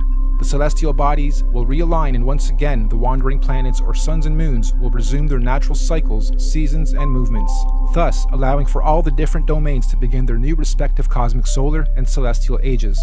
And so, the wheels of time will continue to turn, forever moving forward in cyclical cycles and seasons. Now, of course, we're very much aware that what we are proposing may happen seems a little outrageous and possibly overwhelming, or let's face it, you might think this is batch crazy if you're hearing this kind of stuff for the first time. But we're not trying to preach or sell anything, simply sharing information based on cosmological, astrological, mythological, and observable reality syncretized research. This could all be completely wrong, or even slightly wrong, and if so, that's fine, no harm done, life goes on. Or this could be partially right, or even very close to the truth. At which point, if or when these events occur, at least those of us who will have received this good news will be prepared, mentally, psychologically, and possibly spiritually as well. Of course, right now under this domain, we are collectively going through some very difficult birthing pains as we make this shift. However, those in tune with these changes are adapting and consciously evolving with it. This is the so-called conscious awakening. But even more importantly, those who fully understand what's going on are able to accordingly prepare for the changes that are occurring and coming. This is what J.P. Morgan meant when he was quoted saying, "Astrology. Millionaires don't use astrology. Billionaires do." Astrology is simply the natural science of understanding, reading, recording, and following seasons and cycles of the stars and heavens of our universe. Astro simply means heavens or stars. Logi or logi simply means logs or logging. We are astro-logging, making logs, logging all the data of the stars. That's all astrology is, reading and recording of the heavens, stars, cycles, seasons, and ages. It's even written in all the ancient scriptures that in the last days, many will not know the exact time and date, but those with wisdom and discernment of the heavens will be prepared. Keep your eyes to the heavens and look out for the signs of what's to come. So the final question, is all of this intelligently designed, and if so, by whom, or what, and why? As far as we're concerned, the answer is definitely yes. Everything we've talked about is most definitely intelligently designed. Microcosms of macrocosms, the system and order of our Earth, nature, cosmology, conscious energy, and everything else in our universe is just too beautiful and perfectly symbiotic and synchronized to be a random event or evolutionary.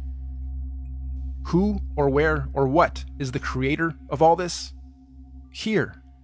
Yep, right here in this very room and everywhere else around us and within our universe and beyond. We are all co-creators, conscious spirits, souls, or forces of energy. Everything is energy. Everything is electromagnetic frequency, sound, and vibration, down to the sine wave. Quote-unquote God, any God, all gods, are energy. After all, even religion tells us that God is everything and nothing at the same time, right? The Alpha and the Omega, the beginning and the end, intelligent, conscious, immeasurable, unquantifiable, the source, the creator, just is. And since all of us are little conscious fields of energy, that perhaps we are all small manifestations of a greater conscious field of energy, soul, or spirit.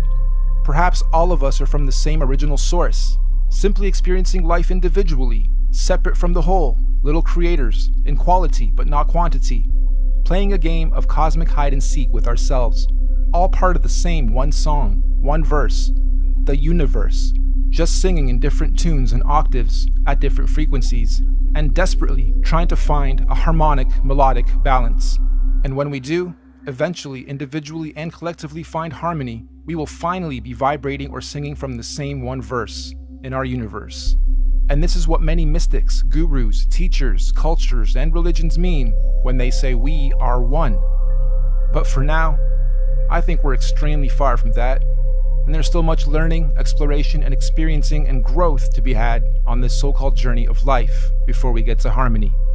There are still many seasons to be seen, roles to be played, cosmic ages, seasons, and events to be had amongst all this craziness and confusion we call life.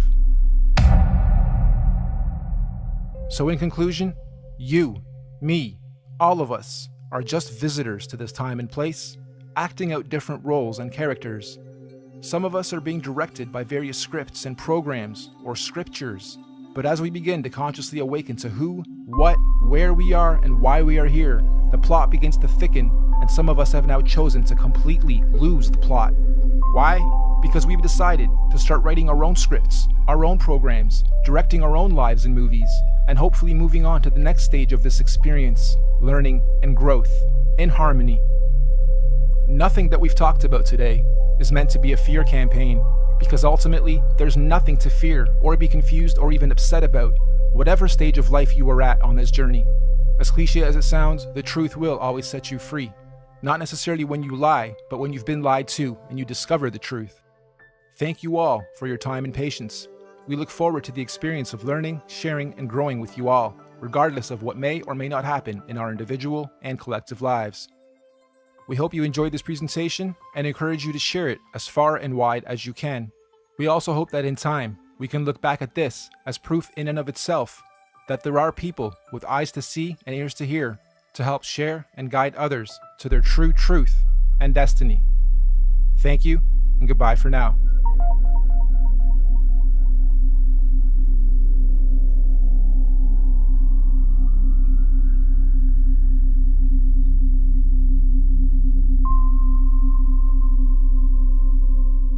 Hello everybody, this is Norbs. As many of you know, Martin Kenny and I are releasing a great piece of work on December 21st, and I'm over here rendering some of the scenes. And as I'm doing so, I had a pretty cool, mind-bending moment I want to share with you guys. So something that comes up a lot in this body of work of creation is the tree of life, the center of centers of all axes, X, Y, and Z, of our universe. Now many call it Mount Meru, the center mountain, which used to be a tree, the tree of life. Now, if this geocentric model is new to you, I'm going to leave links in the description for you guys to catch up. I'm also going to leave links to a couple videos that go over there is no forests. There's no such thing as forest, which is basically people saying, where are all the old trees? If this plane is that old, where are the ancient trees, the huge trees? So they say that the mountains that we see used to actually be trees in previous times. And as I'm modeling some of these scenes, I'm incorporating the tree of life, and my first attempt at it is here.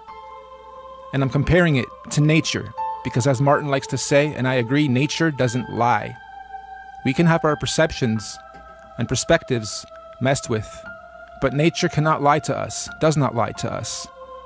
So we look towards nature, and I thought this was a really cool shot, but Martin pointed out this isn't the right tree, and I kind of felt that too, but this was the first thing I kind of pulled together and just started looking at. And then I started comparing it to what we do claim our home to be, which is an electromagnetic universe.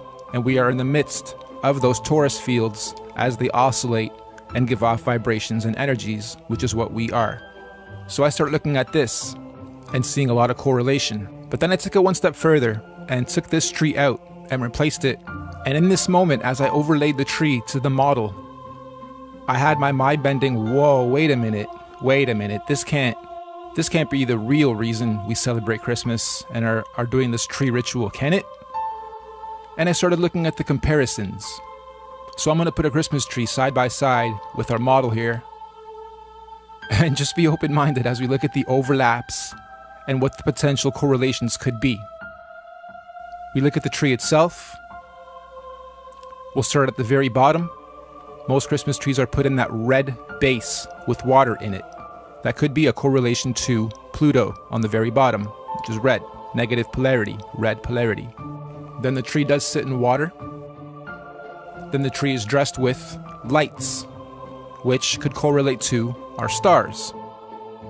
Then the tree is dressed with streamers or tinsel going around the tree in an upwards motion, which could correlate to the way our illuminaries travel upwards and inwards to the summer solstice, and then back down in the winter solstice, ending right around Christmas.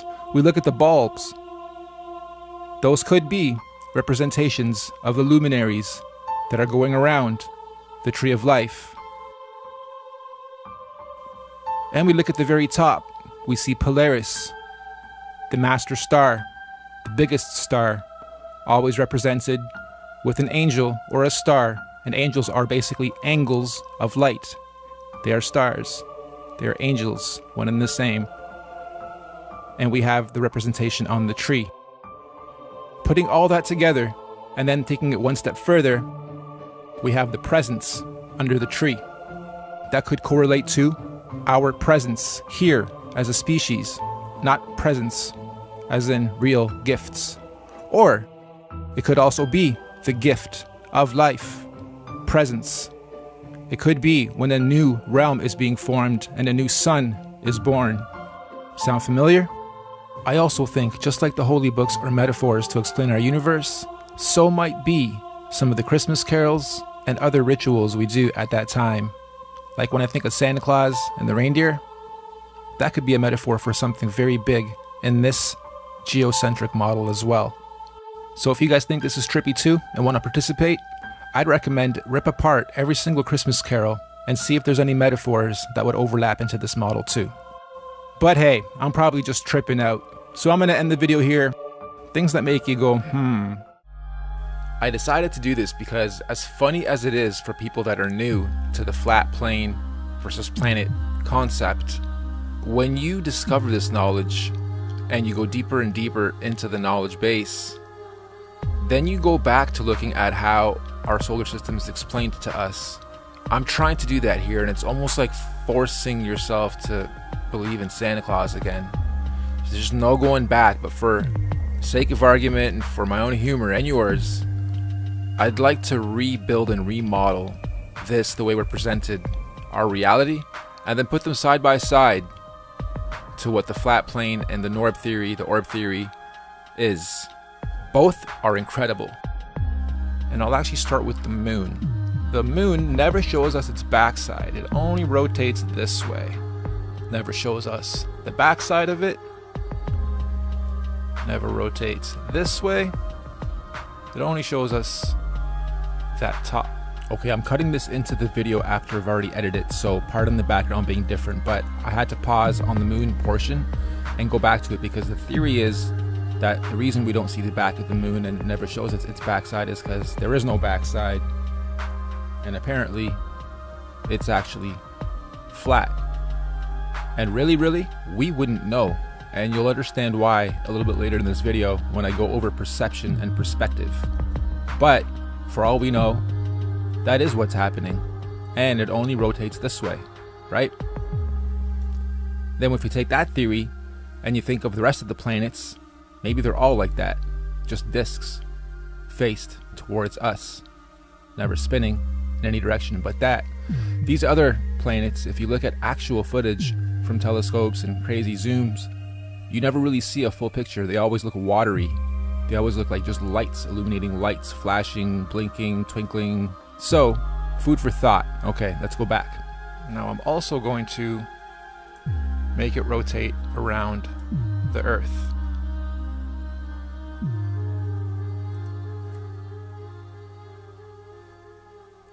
Okay, so we have the moon going around the Earth, and it's doing its x-axis rotation as it goes around once. And apparently the moon is 237,000 miles, I believe it is, away from us. So now I'm going to go to the Earth group. Okay, just to show you guys what's happened so far. Now we have the Earth spinning, the cloud spinning a bit faster just to give it some realism, and the moon going around us. We're not going to animate the other planets either, because it's going to start looking really ridiculous actually. But let's do one step further now, where we got to zoom back out 93 million miles away. Alright, so now the Earth is flying around the Sun at, I believe it's 67,000 miles an hour. So we have something like this. The moon's rotating around us. We are rotating 1,000 miles an hour. Both the moon and Earth are rotating around the sun at 67,000 miles an hour.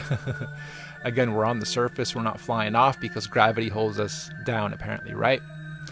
Also, just so happens that within the last 50 years, thanks to this beautiful technology, we have discovered that these asteroid fields out there are a danger to us. They never have been in the last millions and millions of years of this apparent planet's existence while it's doing the same fly through infinity with never-changing scenery. But now, we can actually tell that an asteroid might be on its way to Earth and we have to build a defense system to protect ourselves from it. Just now in the last 50 years. Never before, but just now because we have the technology to apparently view it, right? So let's go one step further. We're going to take these asteroid belts and also animate them and make sure that they're causing a potential danger, right? Causing a potential danger. We're spinning, baby, we're spinning! Everything's spinning, and somehow we're just not feeling it, and we can't measure it, and we can't reproduce it, and we can't see the actual curvature of that ball unless we're looking through lenses and funny tricks.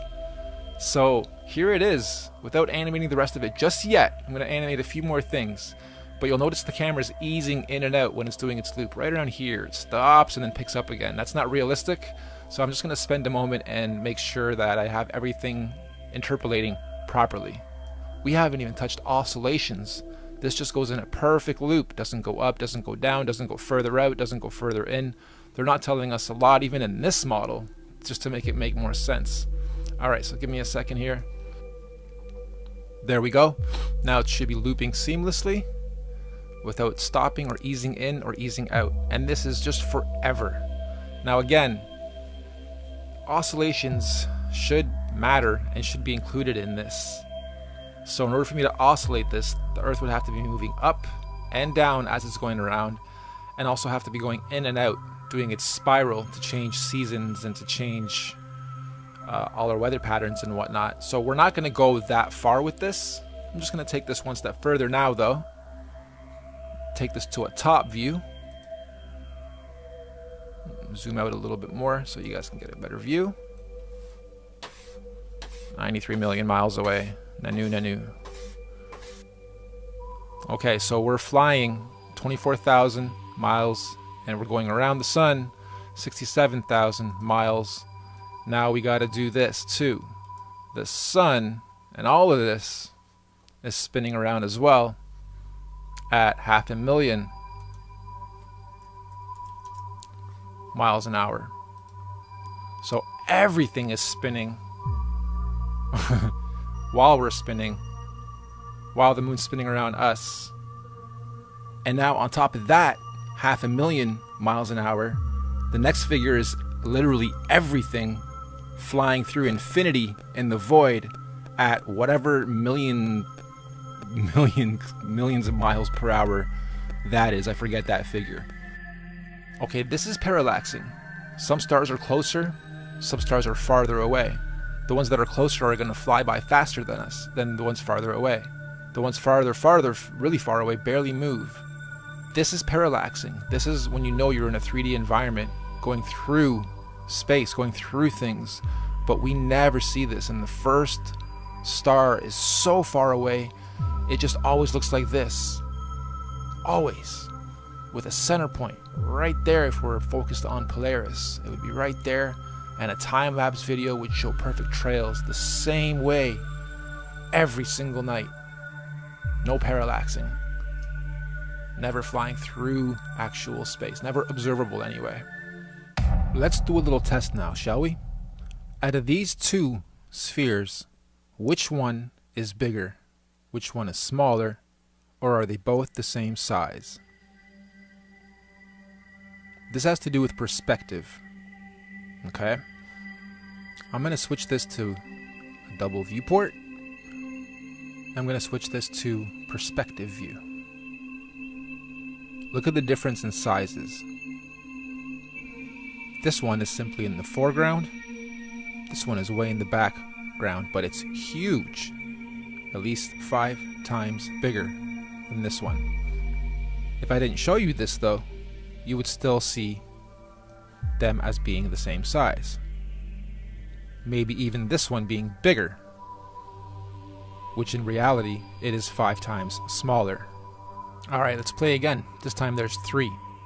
Which one of these is smallest to biggest? Or are they all the same size? And as you're getting your final answer together, think about when you look up. We don't look up too often, but when you do, how often do you see the sun? How bright can you claim it always is? Versus does it always stay the same brightness, the same distance from us? Is it oscillating a little higher up, a little further in towards the center, or a little further out? Is it slowing down or is it speeding up? Is it emitting the same brightness? Is it hitting the same atmospheres? Right? Perception comes into play into everything, especially your reality. Okay, the one on the left is actually the smallest and the closest to us. The one in the middle is the biggest by far, and it's way in the back. The one on the right is right along the center axis. Yet here, they all look like they're in the same plane, right? Until we start doing this. Even then, you don't really know how far or how close each of these really are in relation to each other. Take this into account when you're looking at sun sets, sun rises. It's not actually rising. It's just coming towards you and going away from you. Okay, let's keep going. Here's another one with a couple differences. Which one do you think's bigger or smaller? Which one do you think is lit up a little bit differently?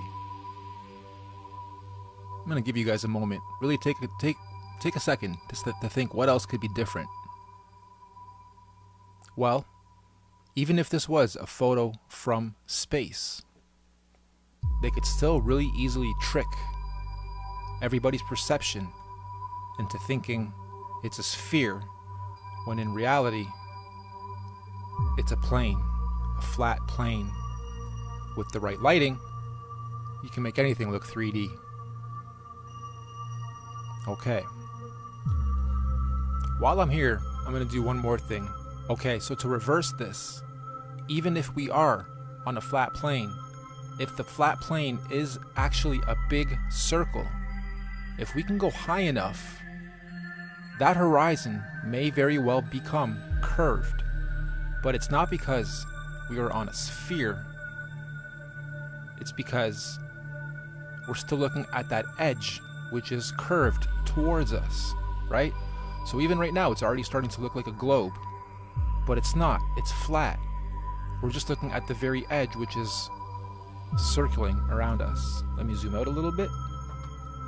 Okay. Horizon. We get up to maybe here. With all the technology we have, maybe we see a bit of curvature. But it doesn't mean it's because we're seeing this. It just means we're seeing the edge, which is rounded. I also think if the other model with the orb is true, if they do have technology to go up high enough, they'll see over this edge and potentially see and expose us to the outer lands that are out there. So what better way to hide it than to wrap it all up into a nice little ball? And I'm sorry guys, I'm gonna take your little ball away today. Let me show you how easy it is to take a flat map, turn it into a ball, and hide a piece of it. We've been talking about perspective and perception. We're going to switch over to this for a second. Map making. Sooner or later you guys are going to come across the map makers in your journey. And we take for granted how important people that make maps and survey the lands really are. We also take for granted what imaging and technology can do. Take a map that is flat, double it up. I'm going to add a little light here, give it our hotspot from 93 million miles away. Give it a glint so it's nice and shiny. Don't worry, that'll soften up a little later.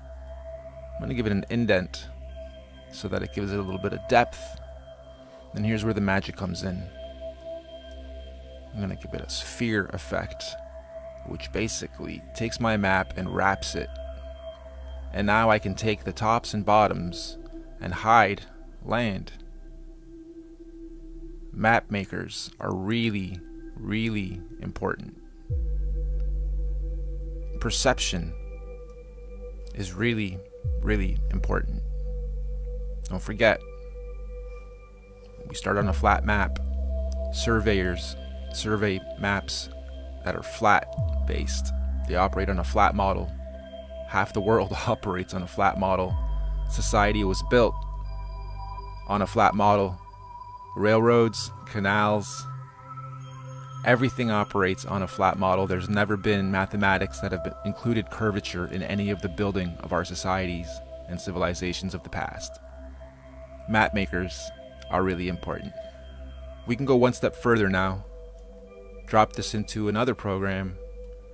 Give it some effects, colors, hue, saturation, etc. And really warp your perception. And from when you're 2, 3 years old, the first time you're playing with a globe, indoctrination starts young. And as an adult, convincing yourself or others that you've been fooled, it's scary. And even then, I don't think discovering that we live on a flat plane is the scary part. I think people are actually okay with that part. I think the scary part is the why. And once you start going down those trains of thoughts, that's the part that we reject naturally and instinctively. Anyway, map makers are really important. Now let's take a quick look at how the sun hits us. This is a representation of the sun over water in a hot spot, and this reflection would be going towards you because it's water. This is only possible on a local sun, not when it's 93 million miles away to have a hotspot like that. Here it's the same hotspot, but it's opened up bigger, the sun is brighter, the sun's fall off is a lot different, and then here it's fully blown out, and then here it's minimized. The average person does assume that the sun just goes in one big loop and doesn't have too much variations in how high, how much it oscillates inwards and outwards, how bright it shines, what the fall off is, etc. Here's another one. I'm curious if your perception picks up that this is going around us in a big loop, or is the sun just going from behind us, creeping up, giving us light, going over us, and then just going farther and farther away instead of actually going down. Right, we start losing brightness and it starts going out of view and it's gone. Is it going up and down, or is it going over us? And then when it gets way out of view, it just loops around and comes back around behind us and in front of us again. We see our shadows being caused. Going back to perception, I'm wondering if you guys can tell, is this light going around the earth in a circle, or is it just going over it in a straight line? And how would you know if perspective is everything, right? Okay, let's go back to what they're telling us for a second though. I want to show you what we don't see. That is the sun. It shines in every direction, very bright, according to them. What we don't see it do is hit us with the beams being spread into an actual spotlight from 93 million miles away. We don't see it doing that. We wouldn't see it doing that. It's impossible from 93 million miles away to cause a hot spot on one little part, unless it really was a spotlight, unless our sun really is an actual spotlight, and they can control it the same way I'm controlling it here, giving it its spread, its fall off, its intensity on how bright that whole thing is going to be, and then how the hotspots will be hit and how far away seemingly this is. So to wrap up this point, I'm basically saying the average person doesn't understand 3D programs and perspectives the way 3D artists or artists in general do, because we get taught perspective as one of the first steps in art.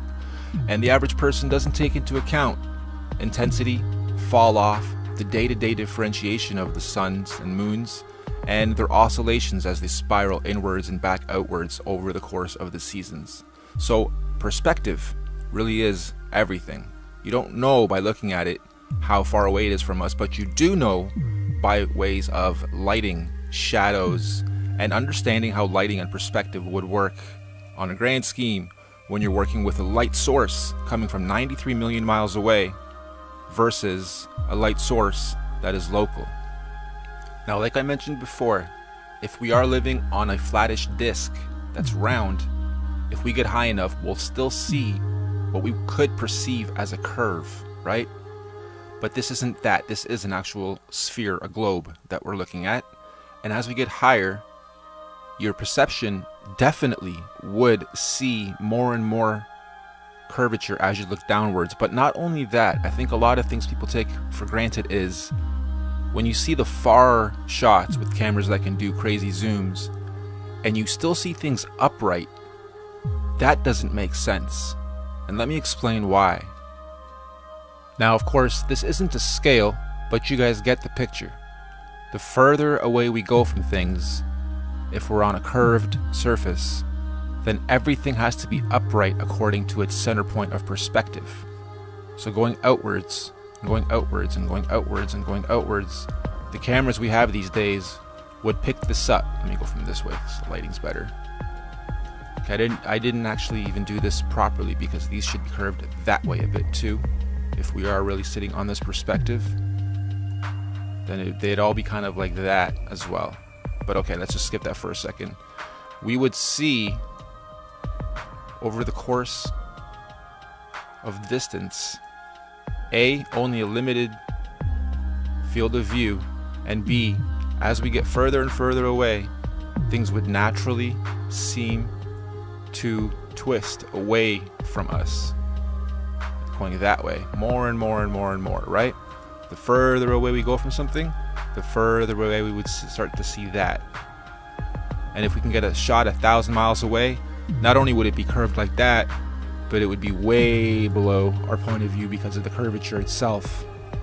We wouldn't be able to see around the globe. Refraction or no refraction. And yet, the way we look at things, everything is straight, as if it's built straight up. Nothing is built going outwards in every direction. Photos would illustrate that, especially aerial shots. A huge aerial shot would show all kinds of curve on the sides of buildings. Everything would seemingly go away from you. And as you pan around, let's say we're going up in a hot air balloon and we get really high, as we panned around, everything would be skewed really far away from us. So let me read this to you guys. Her name is Cici Kalichan, or Kalichan. Hope I got that right, one of those. She says, I have the ability to communicate with beings beyond this dimension. The imagery of my work has led me to an appreciation of the world we live in and the world beyond this world that are interconnected. The structures depicted in this artwork are combined frequencies which can be interpolated as musical, mathematical, electrical, or script descriptions. I believe these frequencies can be deciphered with some manner of code breaking. I speculate that extraterrestrial beings communicate through emissions of individual symbols from the electromagnetic technology, which is consequently understood by the conscious mind as information.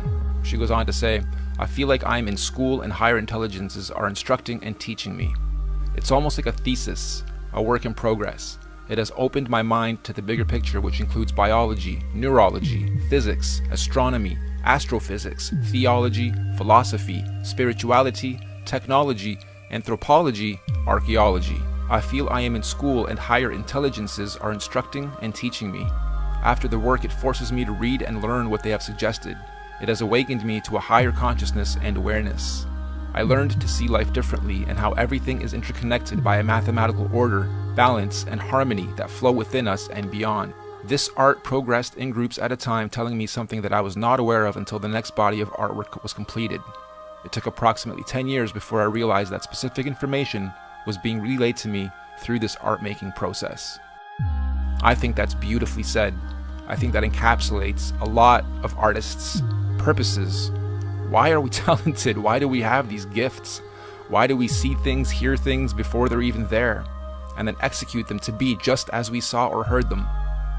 Sometimes I question my own abilities and art skills and whatnot, and while they have done a lot for me, they have freed me financially, spiritually, broken society's chains off of me, it's a confusing place to be, to have a label of being an indigo kid, or a star seed, or someone here to help raise the vibration of the planet. Every creative person I feel has the ability to help raise the vibration of the planet. Even in my business path in life, my biggest accomplishment to date was developing music production software, over 20 titles, and moving hundreds of thousands of units, both free and paid, to kids to help them discover music production. And now if that isn't helping raise the vibration of the planet, hundreds of thousands of kids are learning how to make music and be harmonious with sound. I feel like that's been my biggest accomplishment and purpose to date. And now, being taken from a starving artist mode to having abundance, it loops back around once you're done spending money and enjoying life as it was supposed to be enjoyed, and all the rewards that come with having these talents and finding yourself. You come back around and you say, okay, I've done it all, I've achieved this success thing, and now what? And you start going down, or I started going down, a spiritual journey. Now what? What else can I do with these talents and skills? What's my next purpose now that I've accomplished this thing of freeing myself and of sharing the beauty of music in a way where I'm helping other kids create it, teaching them on YouTube how to do it? What else can I do for both myself and for this world? What good can I use these talents for? And in an abstract way, yeah, it's this. This phase, this body of artwork that I'm creating and producing is coming from within. It's sending me down paths to learn information and then learn more information even once I present it to you guys. Meaning, since I've posted that first Norb Theory video, I have learned a lot from you guys, even in the comments section, throwing your 2 cents in, some very detailed and beautiful knowledge, and obviously going down other branches of information that this has led me down through other videos and other just knowledge paths. Some people meditate, some people pray, some people alter their consciousness with drugs or mind-altering substances. Some people do very abstract things in life and do extreme things in life, again, to alter their states of consciousness, to feed consciousness, to feed experience. And for me, it's creativity. It's actually creating something to look at, to listen to pull an emotion or give an emotion from, hopefully positive ones. Also, in the search for duality versus monoism, good and evil, presenting itself and deciphering between the two, or only showing light, only showing positivity, I have a hard time with that. I think one is needed for the other to be appreciated. So not all of my bodies of work are rainbows, butterflies, unicorns, and perfect bliss only. There is hints of pain, of frustration, of creepiness maybe. And so in the previous video, I oversaturated it in any way I could to touch emotions, including some pain or some confusion or some anxiety, but I disclaimered it at least. Not everyone in life gives you disclaimers. I even learned recently, although it's not new, it's new to me for some reason, this whole 144,000 people, beings, souls, spirits that have been sent here that are all being activated now to help bring change. Apparently, our DNA is supposed to be reactivated. We are supposed to start remembering things. We are supposed to start receiving messages in various ways to disperse, decode, and spread. Some say heaven on earth. Some say we're moving out of our iron age of blindness and darkness. Some say it's the Palladians coming back to reawaken us, their cousins. As I close this out, again, a very big thank you for listening. I know I talked a lot about myself in this video, just to give you guys a bit of insight on who I am. And if you do watch future videos, you feel a bit of oneness with me.